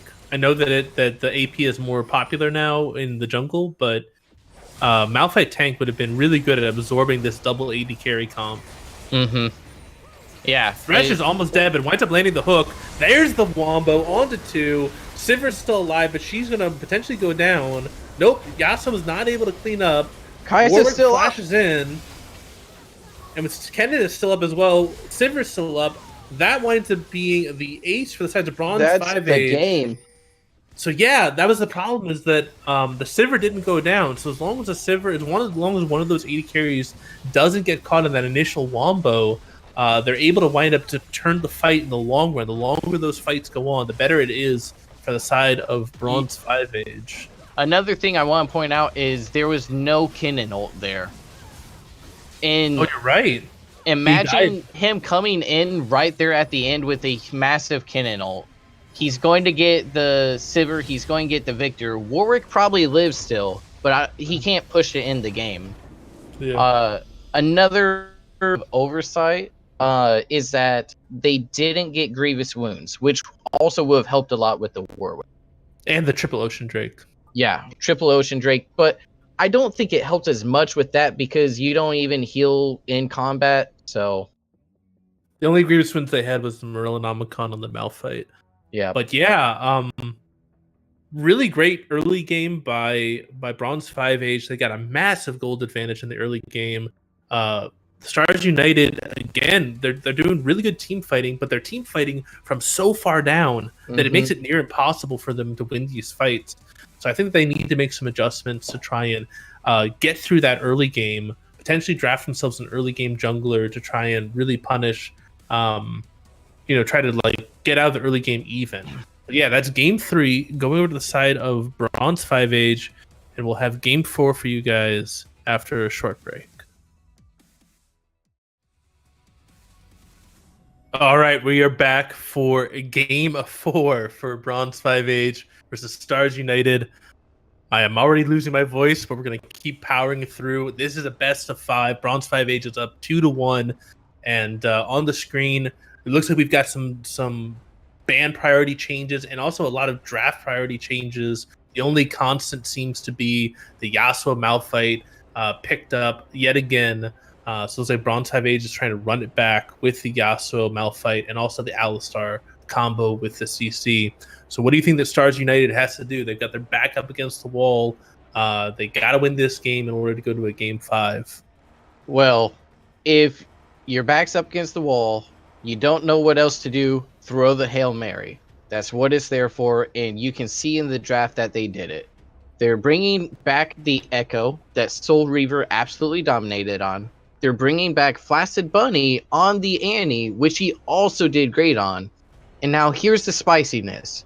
Pyke Yuumi bot lane. I don't know what it's supposed to do, but it's spicy. They're not going to be ready for it. Let's do it, boys. I mean, there's a ton of mobility with the Pyke, so if Yumi's on the Pyke, then she gets a lot of range on her Q. And she if they becomes can get a submarine when he's stealth.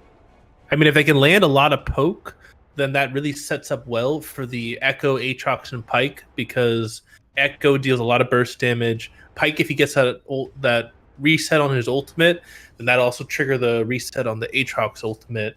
Mm-hmm. And then the other thing we were talking about is Bronze 5 Age. Their damage profile is almost all AD. It's the Caitlyn, Rek'Sai, Yasuo. We're expecting the Malphite to build tank. So that's an all AD comp coming out on the side of Bronze 5 Age. And I would say more of an AP heavy comp coming out on the sides of Stars United, but they do have the Aatrox Pyke to kind of balance it out. Yeah. So Rek'Sai is the newest addition in the jungler. I want to kind of get your opinion on the matchup in the jungle there. I actually think Echo is much stronger in the current meta. Rek'Sai really is an early game jungler. She needs to get some type of early game advantage. But yeah, Echo I think is just in a much better place. I'm actually very surprised that they went for the Rek'Sai as opposed to like a Warwick. The Warwick actually also would have helped with the damage profile since Warwick does do a decent amount of magic damage in his kit.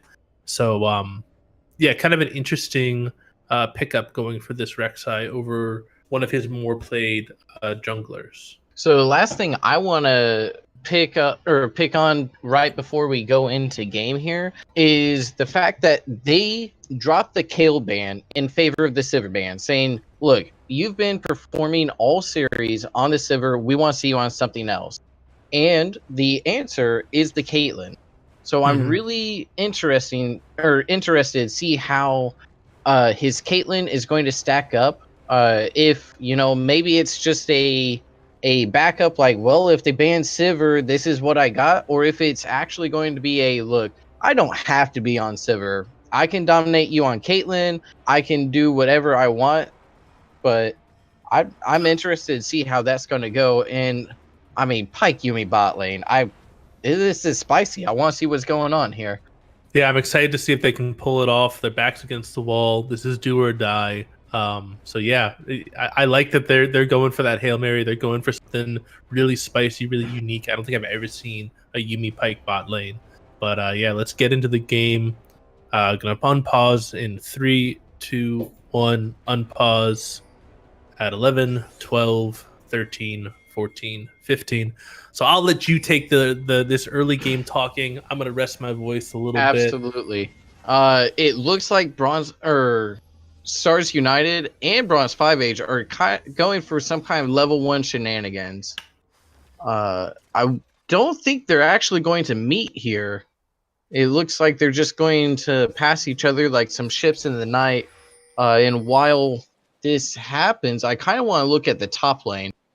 Being a former top laner myself, as an Aatrox, I'm actually okay seeing the Malphite. Yeah, he's an armor tank, but he's still a tank.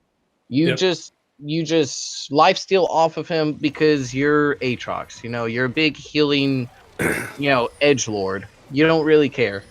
It'll be interesting if Malphite gets an early Bramble Vest, because I feel if he gets an early Bramble Vest, this is a 5v4 right now. Malphite's already recalled.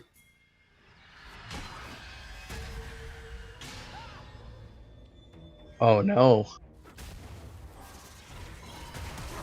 Echo flashes out. Pike winds up getting ignited. Aatrox massive Q. First blood goes over the Annie. That's going to be another kill going over. That's the Aatrox getting a kill as well. That third Q from the Aatrox was massive. He is going to have to most likely TP back to lane, though. But yeah, he's 1-0-1 now. That's massive. He goes for the boots build first. So maybe he's going to walk to lane. Yeah, it looks like he's just going to walk back and save his TP for maybe Infernal in 3 minutes. Or I mean, Infernal play. So that's really huge for Stars United to get this early game rolling for them. We said it before. The Annie is looking to get that early pressure. Echo wants that early pressure to roam with. This is just so good for them. It's really going to be interesting for me see how they play with this early game 1K gold lead. Yeah, and the other huge disadvantage was we got a little bit of engage going in. Alistar winds up going in, knocks a lot of health off of the Pike, but he should be able to gray health that back. But Rek'Sai did not get a very good leash or any leash at all. I wasn't paying that much attention. But you can see that Echo's got 4 camps to Rek'Sai's 2 right now. Something I want to point out there in the bot lane, it was really just Stars United not respecting the level 2 spike. Nice pull. Gets a stun on the Alistar. I don't think they're gonna have the follow up though. No. Just kind of saying, hey, get out of our face. Yeah, we're 2 supports, but don't mess with us. Ooh, Alistar went to landing that. Or sorry, the Aatrox went to landing that with the Malphite. Echo is here to kind of counter gank the Rek'Sai.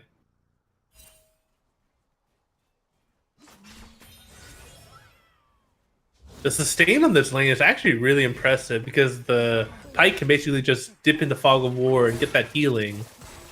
They wind up getting the stun on the Alistar. And yeah, he's able to heal all of that back up. So all of this poke damage coming out. Oh, winds up the Echo gets the smite. He's waiting for that convergence to land. He might have to back out. It's going to be a trade. Winds up being a trade 1-for-1. Question is, can Annie get out now? She winds up having to. She had to burn the flash to get that kill. Oh, I'm going to look at gold. Annie already has 1,500 gold in her pocket. I mean, I'll start going in for another trade. Rek'Sai and Yasuo are right there with her, also at 1,400. But wow, this is really, really big. Yeah, Annie's gonna have a massive power spike when she gets that first back. She's already going to be able to get Lost Chapter and boots if she wants. Mm-hmm. Not only that, but she should have priority in this lane for a bit. Rek'Sai is going in mid lane, though. Yeah, Annie does not have flash. Winds up landing the knockup. She doesn't have her stun available either. Oh, with the speed boost. Lands the stun of the Yasuo and almost kills him. If he took another tower shot, he would have gone down. That's where you say, GG, thanks, Rito. I asked them why they had to put a speed boost on Annie. And Echo's now coming down. He senses blood in the water with the Yasuo being really, really low. Just using that Annie as some nice juicy bait, saying, "Hey, don't you want her? Come on in." But I wanna give Oni Noken some credit there. He knew the Annie flash was down.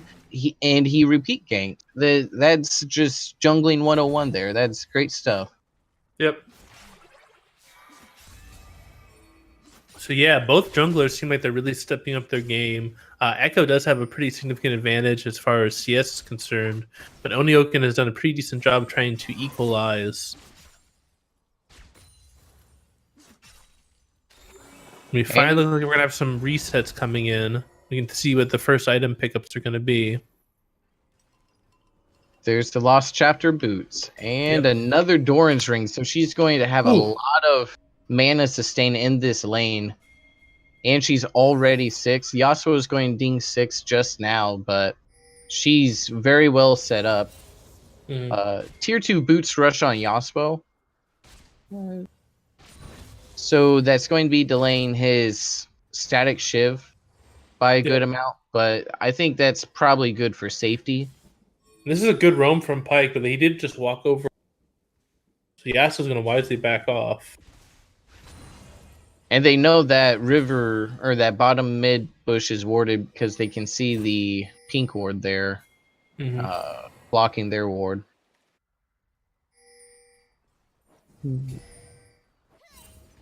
See, so we got an Alistar room coming up. Yasuo is level 6. Alistar goes in on this. Oh, Annie drops the ultimate. Meanwhile, there's engage in bot lane. They got 4 people on the side of Bronze 5 Age around mid lane right now. That's a there dead comes the Annie. Ultimate. Yep. Annie goes down. Tibbers is going to try to avenge her.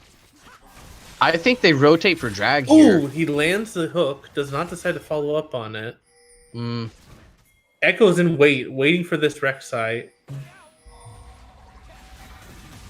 Rek'Sai is called out. He's most likely going to wind up going down. That's Pyke getting the kill. It could be a Drake for the side of Stars United.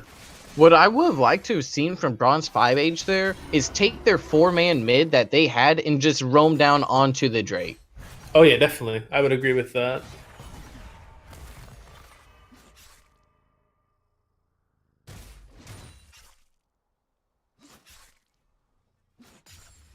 So this game has felt like it's been a lot scrappier. It feels like there's been a lot more skirmishing in the early game. And right now, Stars United has a decent gold advantage, about 700 gold. Echo's coming down. Pyke's going forward. Looks like they might get this kill into the Caitlyn. She has to flash and heal out. Ultimate comes down. Yumi's going to wind up going down. She detached. So it went to being a 1-for-1 off a misplay from the Yumi. But they do wind up getting that kill into the Caitlyn. Yasuo's still going aggressive again. Gets to knock up on the Bunny. But Bunny is able to walk it out. He still has Flash and Ignite available. Needs to use that stun. Winds up getting the solo kill under tower. That's massive. I feel for Prophet there. You know you're losing the game, and you just feel like you got to do something to try and pull it back. So you go for the carry play, and it just backfires. And I can sympathize with that. What's interesting to me is that even though the Pike is down 15 CS or so, he's still even in gold, only down about 40 or so. Yep. And Yumi's up 100, so that's really interesting to me. So Aatrox is pushing this Malphite around quite a lot. Malphite's almost out of mana. Both of them have TP, so if a Drake fight starts, it's going to be who's going to be quicker on the TP. Malphite went for a Glacial Shroud here. I am still of the mind that you should go Bramble Vest, because you're going to cut down that Aatrox healing a lot. Yeah, but the Bramble Vest, I think, only procs on auto attacks. But I guess Aatrox does auto attack a little bit, but it's more from that ability poke. Yasuo's here, winds up getting the combo with the Malphite. That's a that great should be the go roam button up. on bot side. Alistar goes in, winds up getting stunned under tower. He is level 6. Echo Rek'Sai's here for the counter. So is Rek'Sai as well. Echo does have the more damage, so force out the flash from the Rek'Sai. Pulverize comes down. Rek'Sai's rotating. but Annie is here as well. That should be the Drake going over. They got the health bar advantage. It seems like they're a little bit hesitant to pull the trigger, though. That was great rotations there from Stars United. Ooh, another gang coming in. Oh, they landed onto the Caitlyn. Caitlyn stopwatches, but she's still going to wind up going down. Alistar pops his ultimate. He's a tanky boy right now. I don't think they want to dive this. But Echo does have his ultimate. Is able to get out. Echo's out of mana. I don't think they want to try and fight into this Yasuo right now. We haven't mentioned it so far, but I have to give Perseverance so much credit on this Pike. He is hitting these pools on the Alistar every time he engages. Because Pike will be charging up his pool, Alistar will try to combo him, and every time he'll hit that pool, dragging the Alistar with him. And that's just such clean play by him. Yeah, these were some really surprise picks coming out. I don't think any of us expected that we would wind up having either the Pike or the Yumi in this series. So really good job by Stars United to hide those picks. Ooh, Engage coming in. Annie's forced to flash out. Pike Yumi is here. If he lands the hook, that winds up being the cleanse for the Yasuo. Tibbers goes down. Ignite is down onto Annie. And also Ignite coming down onto... Ooh, Caitlyn gets a shutdown with the ultimate. Nobody is there to body block. Echo and Malphite are both roaming down. Aatrox is still split pushing. He does not have TP. Before Caitlyn got that kill on Annie, Pike was actually up gold, which is not something that you expect from a double support bot lane. And also, when you consider the fact he hasn't gotten gold stacks from his ult yet. So it looks like Bronze 5H is trying to clear out some vision. Pike's going aggressive onto the Yasuo.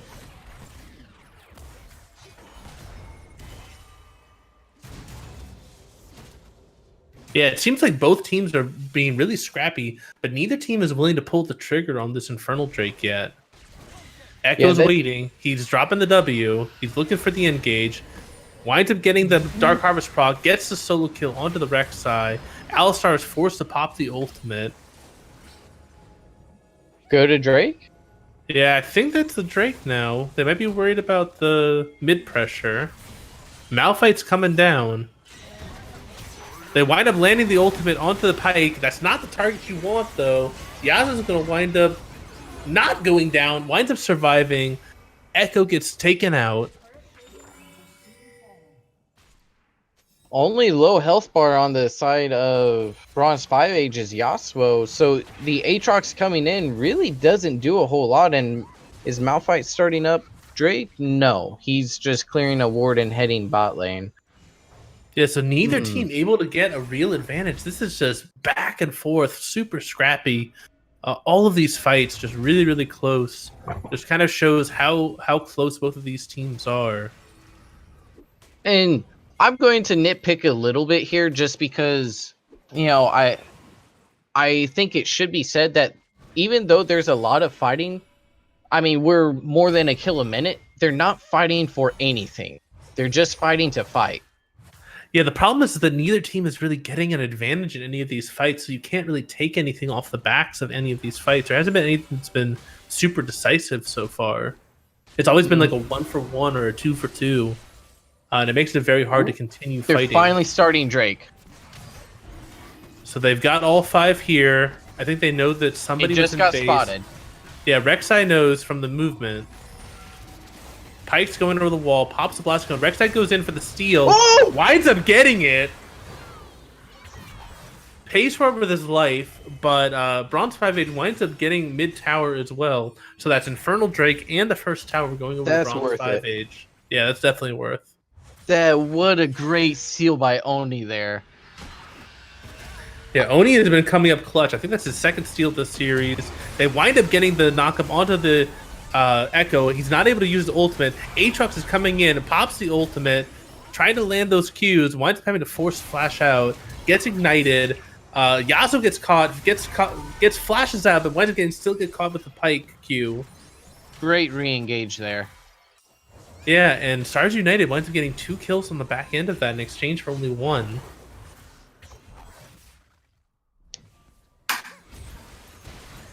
And now we've got Stars United sieging on. I don't know if they have the time to go for the Herald. One thing that I will note about this comp is that their sieging power is very weak. Rek'Sai is going in.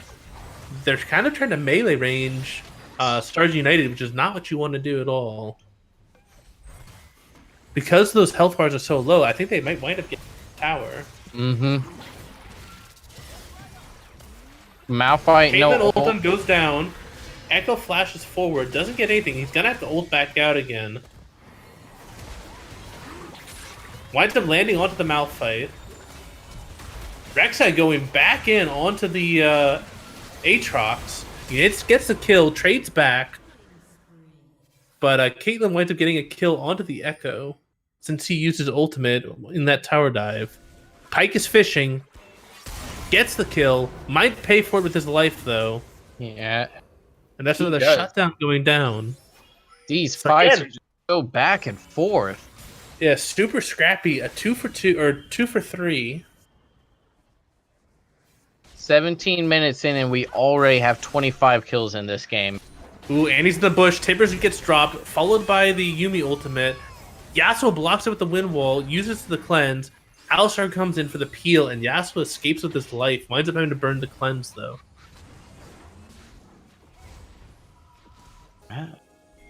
I'm just kind of at a loss for word with how much fighting there is. Yeah, this is very scrappy fights right now, which I think favors actually Stars United because they have a very scrappy team fighting comp. They're very good in skirmishes. The Aatrox is good in dueling. The Echo is good in dueling. Pyke Yuumi, super mobile, super good at finishing off fights.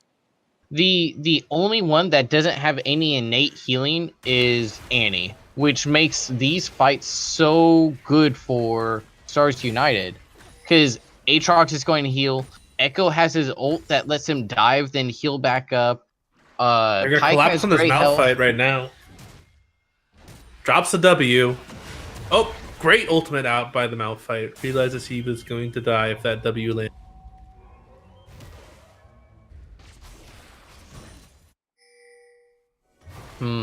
What? Ooh, another fight. Winds up popping the Alistar ultimate. Alistar is wasting a lot of time. Ooh, Rek'Sai goes in, gets the knock-up. That's Annie going down. Yuumi gets onto the Pyke, and they are going to get out. But actually, yeah. Stars United is on Herald here. Yep, Stars United is on Herald. Definitely think that they tried to over-prioritize that Alistar, especially when they had 2 of their stronger members on the top side of the map. So, I think... Ooh, they're starting on this Malphite again. He's not that tanky yet. Winds up forcing the flash. I think they're going to look to try and get this wave and then drop Herald topside while Bronze 5H is pushing bot lane. I wonder if Annie goes to match and then Pike Yumi roam down for the catch. Potentially, yeah. They should get this mid outer as well for Stars United. Yep, and now they should roam towards bot side. Andy flashes forward, gets the kill onto the Rek'Sai. Caitlyn's gotta run. Pike Yumi is coming. Ooh, are they going to get there in time? Oh, they land the slow. With the Yumi slow. Forces the flash out. Oh, great E by the Caitlyn. Alistar's here to save the day. Psychopez on his signature pick. Coming up clutch. 2v1 in top lane. They get the ultimate onto the Aatrox. He's not able to get the healing. Again, more scrappy fights. Bronze 5H winds up getting a tower in top side as well. Ocean Drake is spawned. Stars United is on that. This is such a scrappy game. There's fighting everywhere, trading everywhere. Pike Yumi is working. I don't know what's going on anymore. Yeah, but that pick onto the Aatrox looks like they're going to get a second tower, so that's a pretty good trade for Bronze 5H to get 2 towers for that Drake. Stars United still does have the Eye of the Herald. They probably want to use that either top or bot. Echo's going in on the Rek'Sai. Winds up using the stopwatch. Does have the ultimate if he needs it. Ooh. Doesn't use it. Interesting. Okay. I would have actually expected him to actually use the ultimate to get the healing back and the damage, and then use the stopwatch afterwards if he needed to. Pike's face checking in. Winds up being able to get out with the Yumi. And he has ult Tibbers, or stun Tibbers here. Knockup comes in, drops the ultimate a little bit too late. Ooh, there's the Wombo. Pike goes down as well. Yumi might get out. Nope, Yasuo's gonna kill her as well. Double kill for the Yasuo. And that went to being 3 dead on the 4 Bronze 5H. This has turned into a 4K gold swing where Stars United was up 1K gold, have now gone down 3K, and some really great catches here and trades from Bronze 5H. Yeah, so Bronze 5H is trying to realize, hey, we can't keep having fights. We need to group up. We have the advantage in these team fight situations. So yeah, it's up to Stars United to try and split up this map and keep it being a scrappy kind of affair. Caitlyn ult comes down, Echo's down to about a 1/3 health. Pike's going in onto the Caitlyn, pops the ignite. Caitlyn still winds up getting out. Wow, great peel to keep the Caitlyn alive. Aatrox is here. He's winded, popped his ultimate, lands the 3rd Q. Another kill goes down, Echo is down. Just Aatrox left, and he winds up getting a counter kill. Aatrox misses the 3rd Q, and Rek'Sai is able to get out. So that winds up being another scrappy fight, but Bronze 5H gets a slight advantage, 2 kills to 1. We haven't been able to touch on it much just because there's been so much, action and fighting. But Bronze 5H has actually been able to out-rotate and take down a lot of these outer turrets, while Stars United have only gotten 1 turret so far. Yeah, I definitely have to say, like, Cephas on this Caitlyn. Oh, another fight coming in. Pike winds up just disengaging. But Cephas on this Caitlyn's been doing an amazing job just absorbing a lot of pressure. And Psychopez has been doing an amazing job peeling for both the Caitlyn and the Yasuo. Got them out of... There would have been a lot more kills if Psychopez wasn't peeling as well as he is. And I do want to give Psychopez even more credit, because normally whenever you have to peel for your carries, you die in the act. Yet he only has 1 death. So he's been able to peel while keeping himself alive, which is pretty impressive against a pick comp like Stars United. So it looks like everybody's grouping up in mid lane. Tibbers goes down onto the Yasuo. Psychopez is in, gets the stun on the Annie. Disengaging Yumi ultimate coming down. Malphite ults in, misses. Pike uses his ultimate to try and get out, still winds up going down. Massive parallel convergence from the Echo, forces a bunch of flashes out. Aatrox has arrived. 2 kills go down on the side of Stars United. That's a 3rd kill. Aatrox keeps chasing, lands a sweet spot again. 3rd sweet spot coming down. Another kill for the Aatrox. Continue that chase. Still has the ultimate, still has the Yumi speed up, diving under tower. That is a stopwatch coming out from the Yasuo. And that is exactly the fight the Stars United needed. They definitely reduced the goal difference, and I'm going to let you take over. Yeah, absolutely. I was just about to say, just like that, they take what is a 4K gold difference and take it down to just a 1.5K gold lead, and they're going to start at Baron here. And without the Rek'Sai around to contest, this should be their Baron. Although they don't burn it down fast without an ADC, let's see if Bronze 5 Age is going to be able to come in and steal it. They're getting pretty low. This is a very slow Baron take right now. Rek'Sai's coming in, Alistar's coming in. Yasuo ult. Yumi ult stuns him up. Oh, so many low health bars. K ult, they can't take the Baron. Aatrox is going to get out. Annie's out. Aatrox goes down. No junglers up. Are they going to finish the Baron? Oh my god. Pops the blast code, Annie gets out. They won't take the Baron. So it winds up being 3 for 2, and they're still chasing the Annie to try and make 4 for 2. Annie has a stun. She lands it. Playing with the Fog of War. Oh, lands on the trap. It goes down to the Caitlyn. Winds up being a 4 for 2 overall. Great contest there from Bronze 5 Age, knowing that the side of Stars United does not have a great Baron take. And you could see that just by them getting so low from trying to steal it, or from trying to take it. And Yasuo is going to pick up a Ocean Drake here to give themselves healing. This is just such a... We keep saying it, folks, but it is scrappy as another fight starts out on Malphite in the jungle. But he's just going to walk out. Wow. Yes, I definitely think it was a mistake for Stars United to try and start up that Baron. They don't have a team composition that's good at taking Baron. They need to try and look more for like denying vision and then baiting the Baron and then trying to get a pick off of that.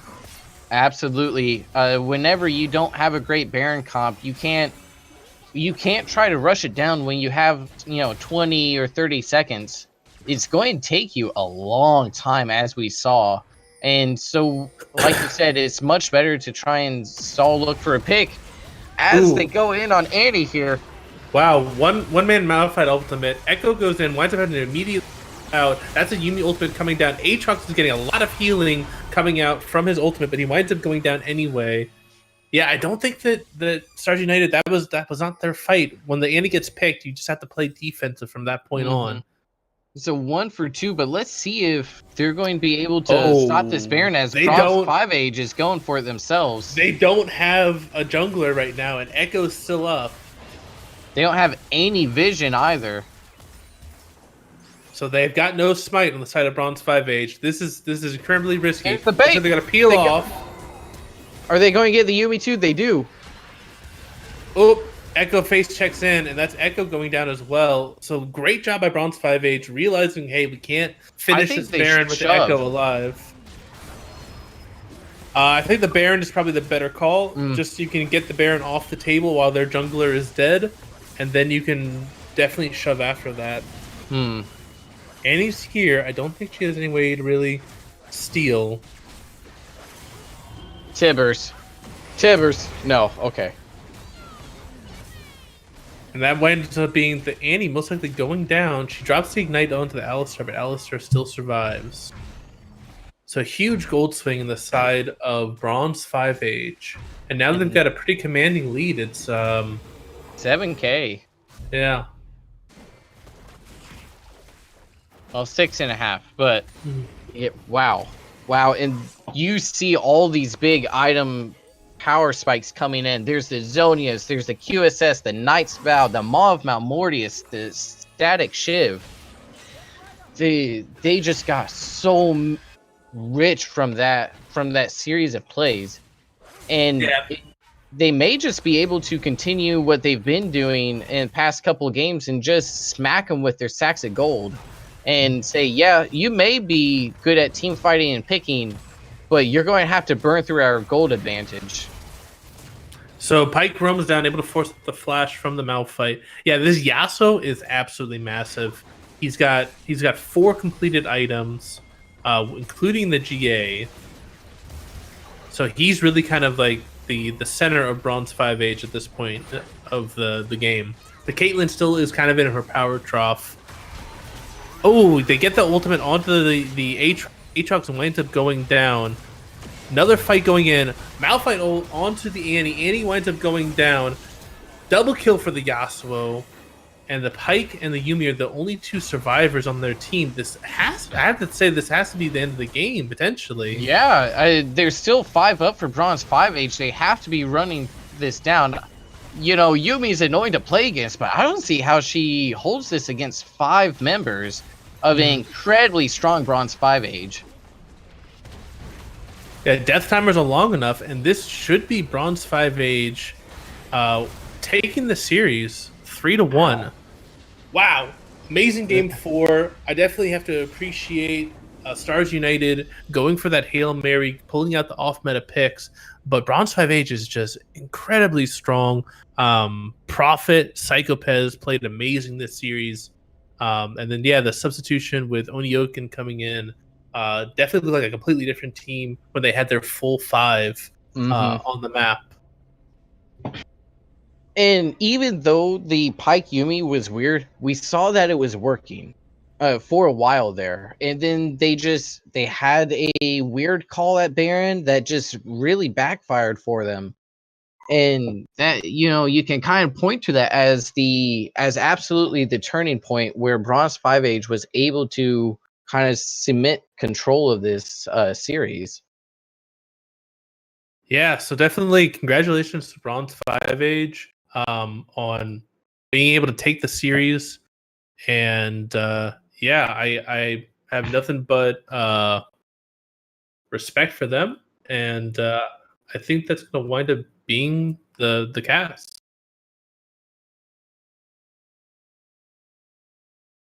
I don't think I have the voice for an interview, but if Diving wants to do one, then I'm down to do it. I mean, yeah, I wouldn't mind.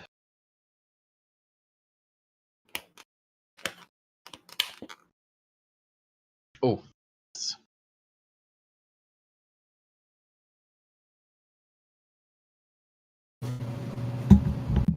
Well, hello, oh victorious jungle. Hey, how's it going? So, is there anything you would like to lead off with before we start asking you some questions? Well, first of all, I'd like to say good game to Star United Esports Club and the rest of the Noxian division. We had an interesting season, with a couple of twists and turns here and there with a couple of our other teams, but hats off to everyone who stuck it out and made it through. We had a lot of really good games this season, and I don't think there's a single team I'm not looking forward to playing again next season. All right. So you came in game 3, correct? Yes. So you're coming in. The series is tied 1-1. What are you thinking? Well, honestly, okay, so I came from a hockey game, so I was already like fired up and spoiling for a fight. Okay. So I wanted to be on a jungler where I could run down Soul Reaver and just kill him and make his life miserable. So that's where the Warwick came from. All right, I like it. Yep. That's, Warwick's, his W lets you hunt the other guy if you have, the strength early game. And his W makes it really easy to counter gank if one of the lanes starts fighting and gets low, and it just allows you to put pressure all over the map. And with Malphite's first clears being a little weak, I knew I could get in and probably get his red, so I just went buff to buff, and then Prophet caught him on a ward, and the snowball was rolling. Yep. So something I want to ask is, so the Malphite Yasuo contention was actually kind of surprising for me coming into this series. Is that something you guys started working on after semifinals, or what's going on with that? Well, Prophet and I have played a lot of Yasuo Rek'Sai duo queue in ranked, and it's something that's worked really well for us. And anytime we can get Prophet on a hard scaling carry, it's a good day for us. Mm-hmm. So that it was a contested pick has less to do with both teams liking it as much as it's just a really fun thing to pull off, I think, and so both teams like running it. Makes sense. Prophet and I have been working on it for a couple weeks. So I certainly have one more question for Game 4. What did you guys think when you saw Pike Yumi? Well, it's apparently been a thing that they're playing around with in Korea. I don't speak Korean, so I had no idea, but our ADC said that was a thing, and I have no reason not to believe him. We actually thought that we had an advantage there, that we'd be able to get priority bot lane due to Caitlyn's stronger pushing power, and that we'd be able to force a vertical jungle. That didn't work out, they had a better control over river, so that kind of slowed us down a little bit in the early lane. And I picked up a few deaths trying to get that vertical jungle set up. They just had better roams from mid with Annie. She has a stronger presence early game than Yasuo does. So we had to kind of juggle things and regroup and come up with a plan B. Game 4 was incredibly bloody, so I don't know if plan B was just to fight everything out till you guys had enough gold, or what. Well, so that whole comp is kind of built around disrupting the continuity of team fights. Mm-hmm. Rek'Sai's strength is that she just makes things unpredictable, and I was kind of an ablative jungler for a bit. I got behind early because of what we just talked about, but I was still able to get into the middle of team fights, knock up 2-3 people, and even if Yasuo couldn't ult off of it, it gave the rest of the team enough time to get an advantage in the team fight. And then, so we would win trades. We would go, 3 for 2, 2 for 1, those kind of things. Like I died a lot that game, more than I certainly like dying, but we started winning trades. I think I was able to get a couple nice objective plays, and we started reeling that gold lead back in. And then after that, it was just like, if you see them, kill them, and then move on to an objective. I like it. I like you not being a KDA player. You're not afraid to get in there and die for the team. Then I don't think any Bronze 5 Age player is too afraid to die. Yeah, and that game was interesting for me because in game 2 I got a healthy lead and I was able to just kind of build what I wanted and play how I wanted. But when you come back into a second game and you're so far behind, it can be a challenge to shift your mentality. But I completely had to I had to scrub my build halfway through because I was so far behind, and I ended up picking up Grievous Wounds so that even though it had absolutely no place in my build, I ended up picking it up to deal with the healing. And that's one thing that playing competitive has really helped me with as a player, is thinking along those terms. Like, okay, I'm not carrying these fights. I'm not winning these fights. I'm not killing people 1v1. How can I contribute? And in that game, it was using Queen's Wrath to throw Grievous Wounds on everybody at once. Yeah, that's actually really interesting that you quote competitive play as what's really helping you think, kind of take yourself out of the ego of like, what can I do to carry this? It's more of what can I do to help my team carry this? And then you start trying to have more faith in your team and trusting them that they can take you over the finish line.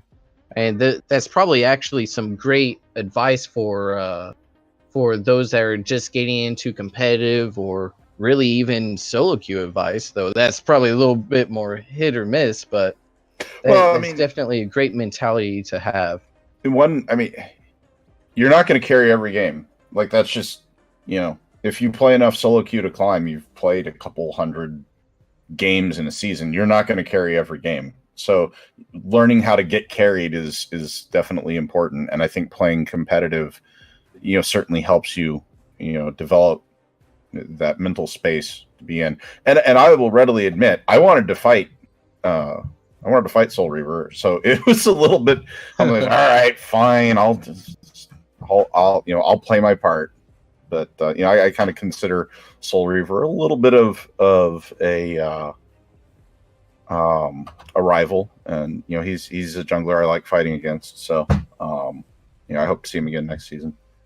It's great. I always like to hear that there are rivalries in the scene because that makes it more exciting. Is there anything you would like to say before we go ahead and sign off here?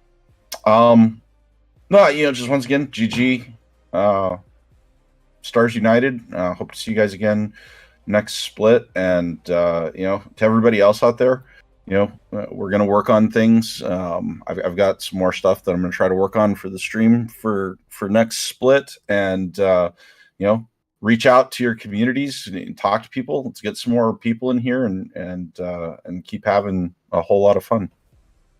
Alrighty, well, I don't think Rando has any questions, so we're going to go ahead and let you go, and we're going to sign off here. All right, thanks a lot, guys. Thank you.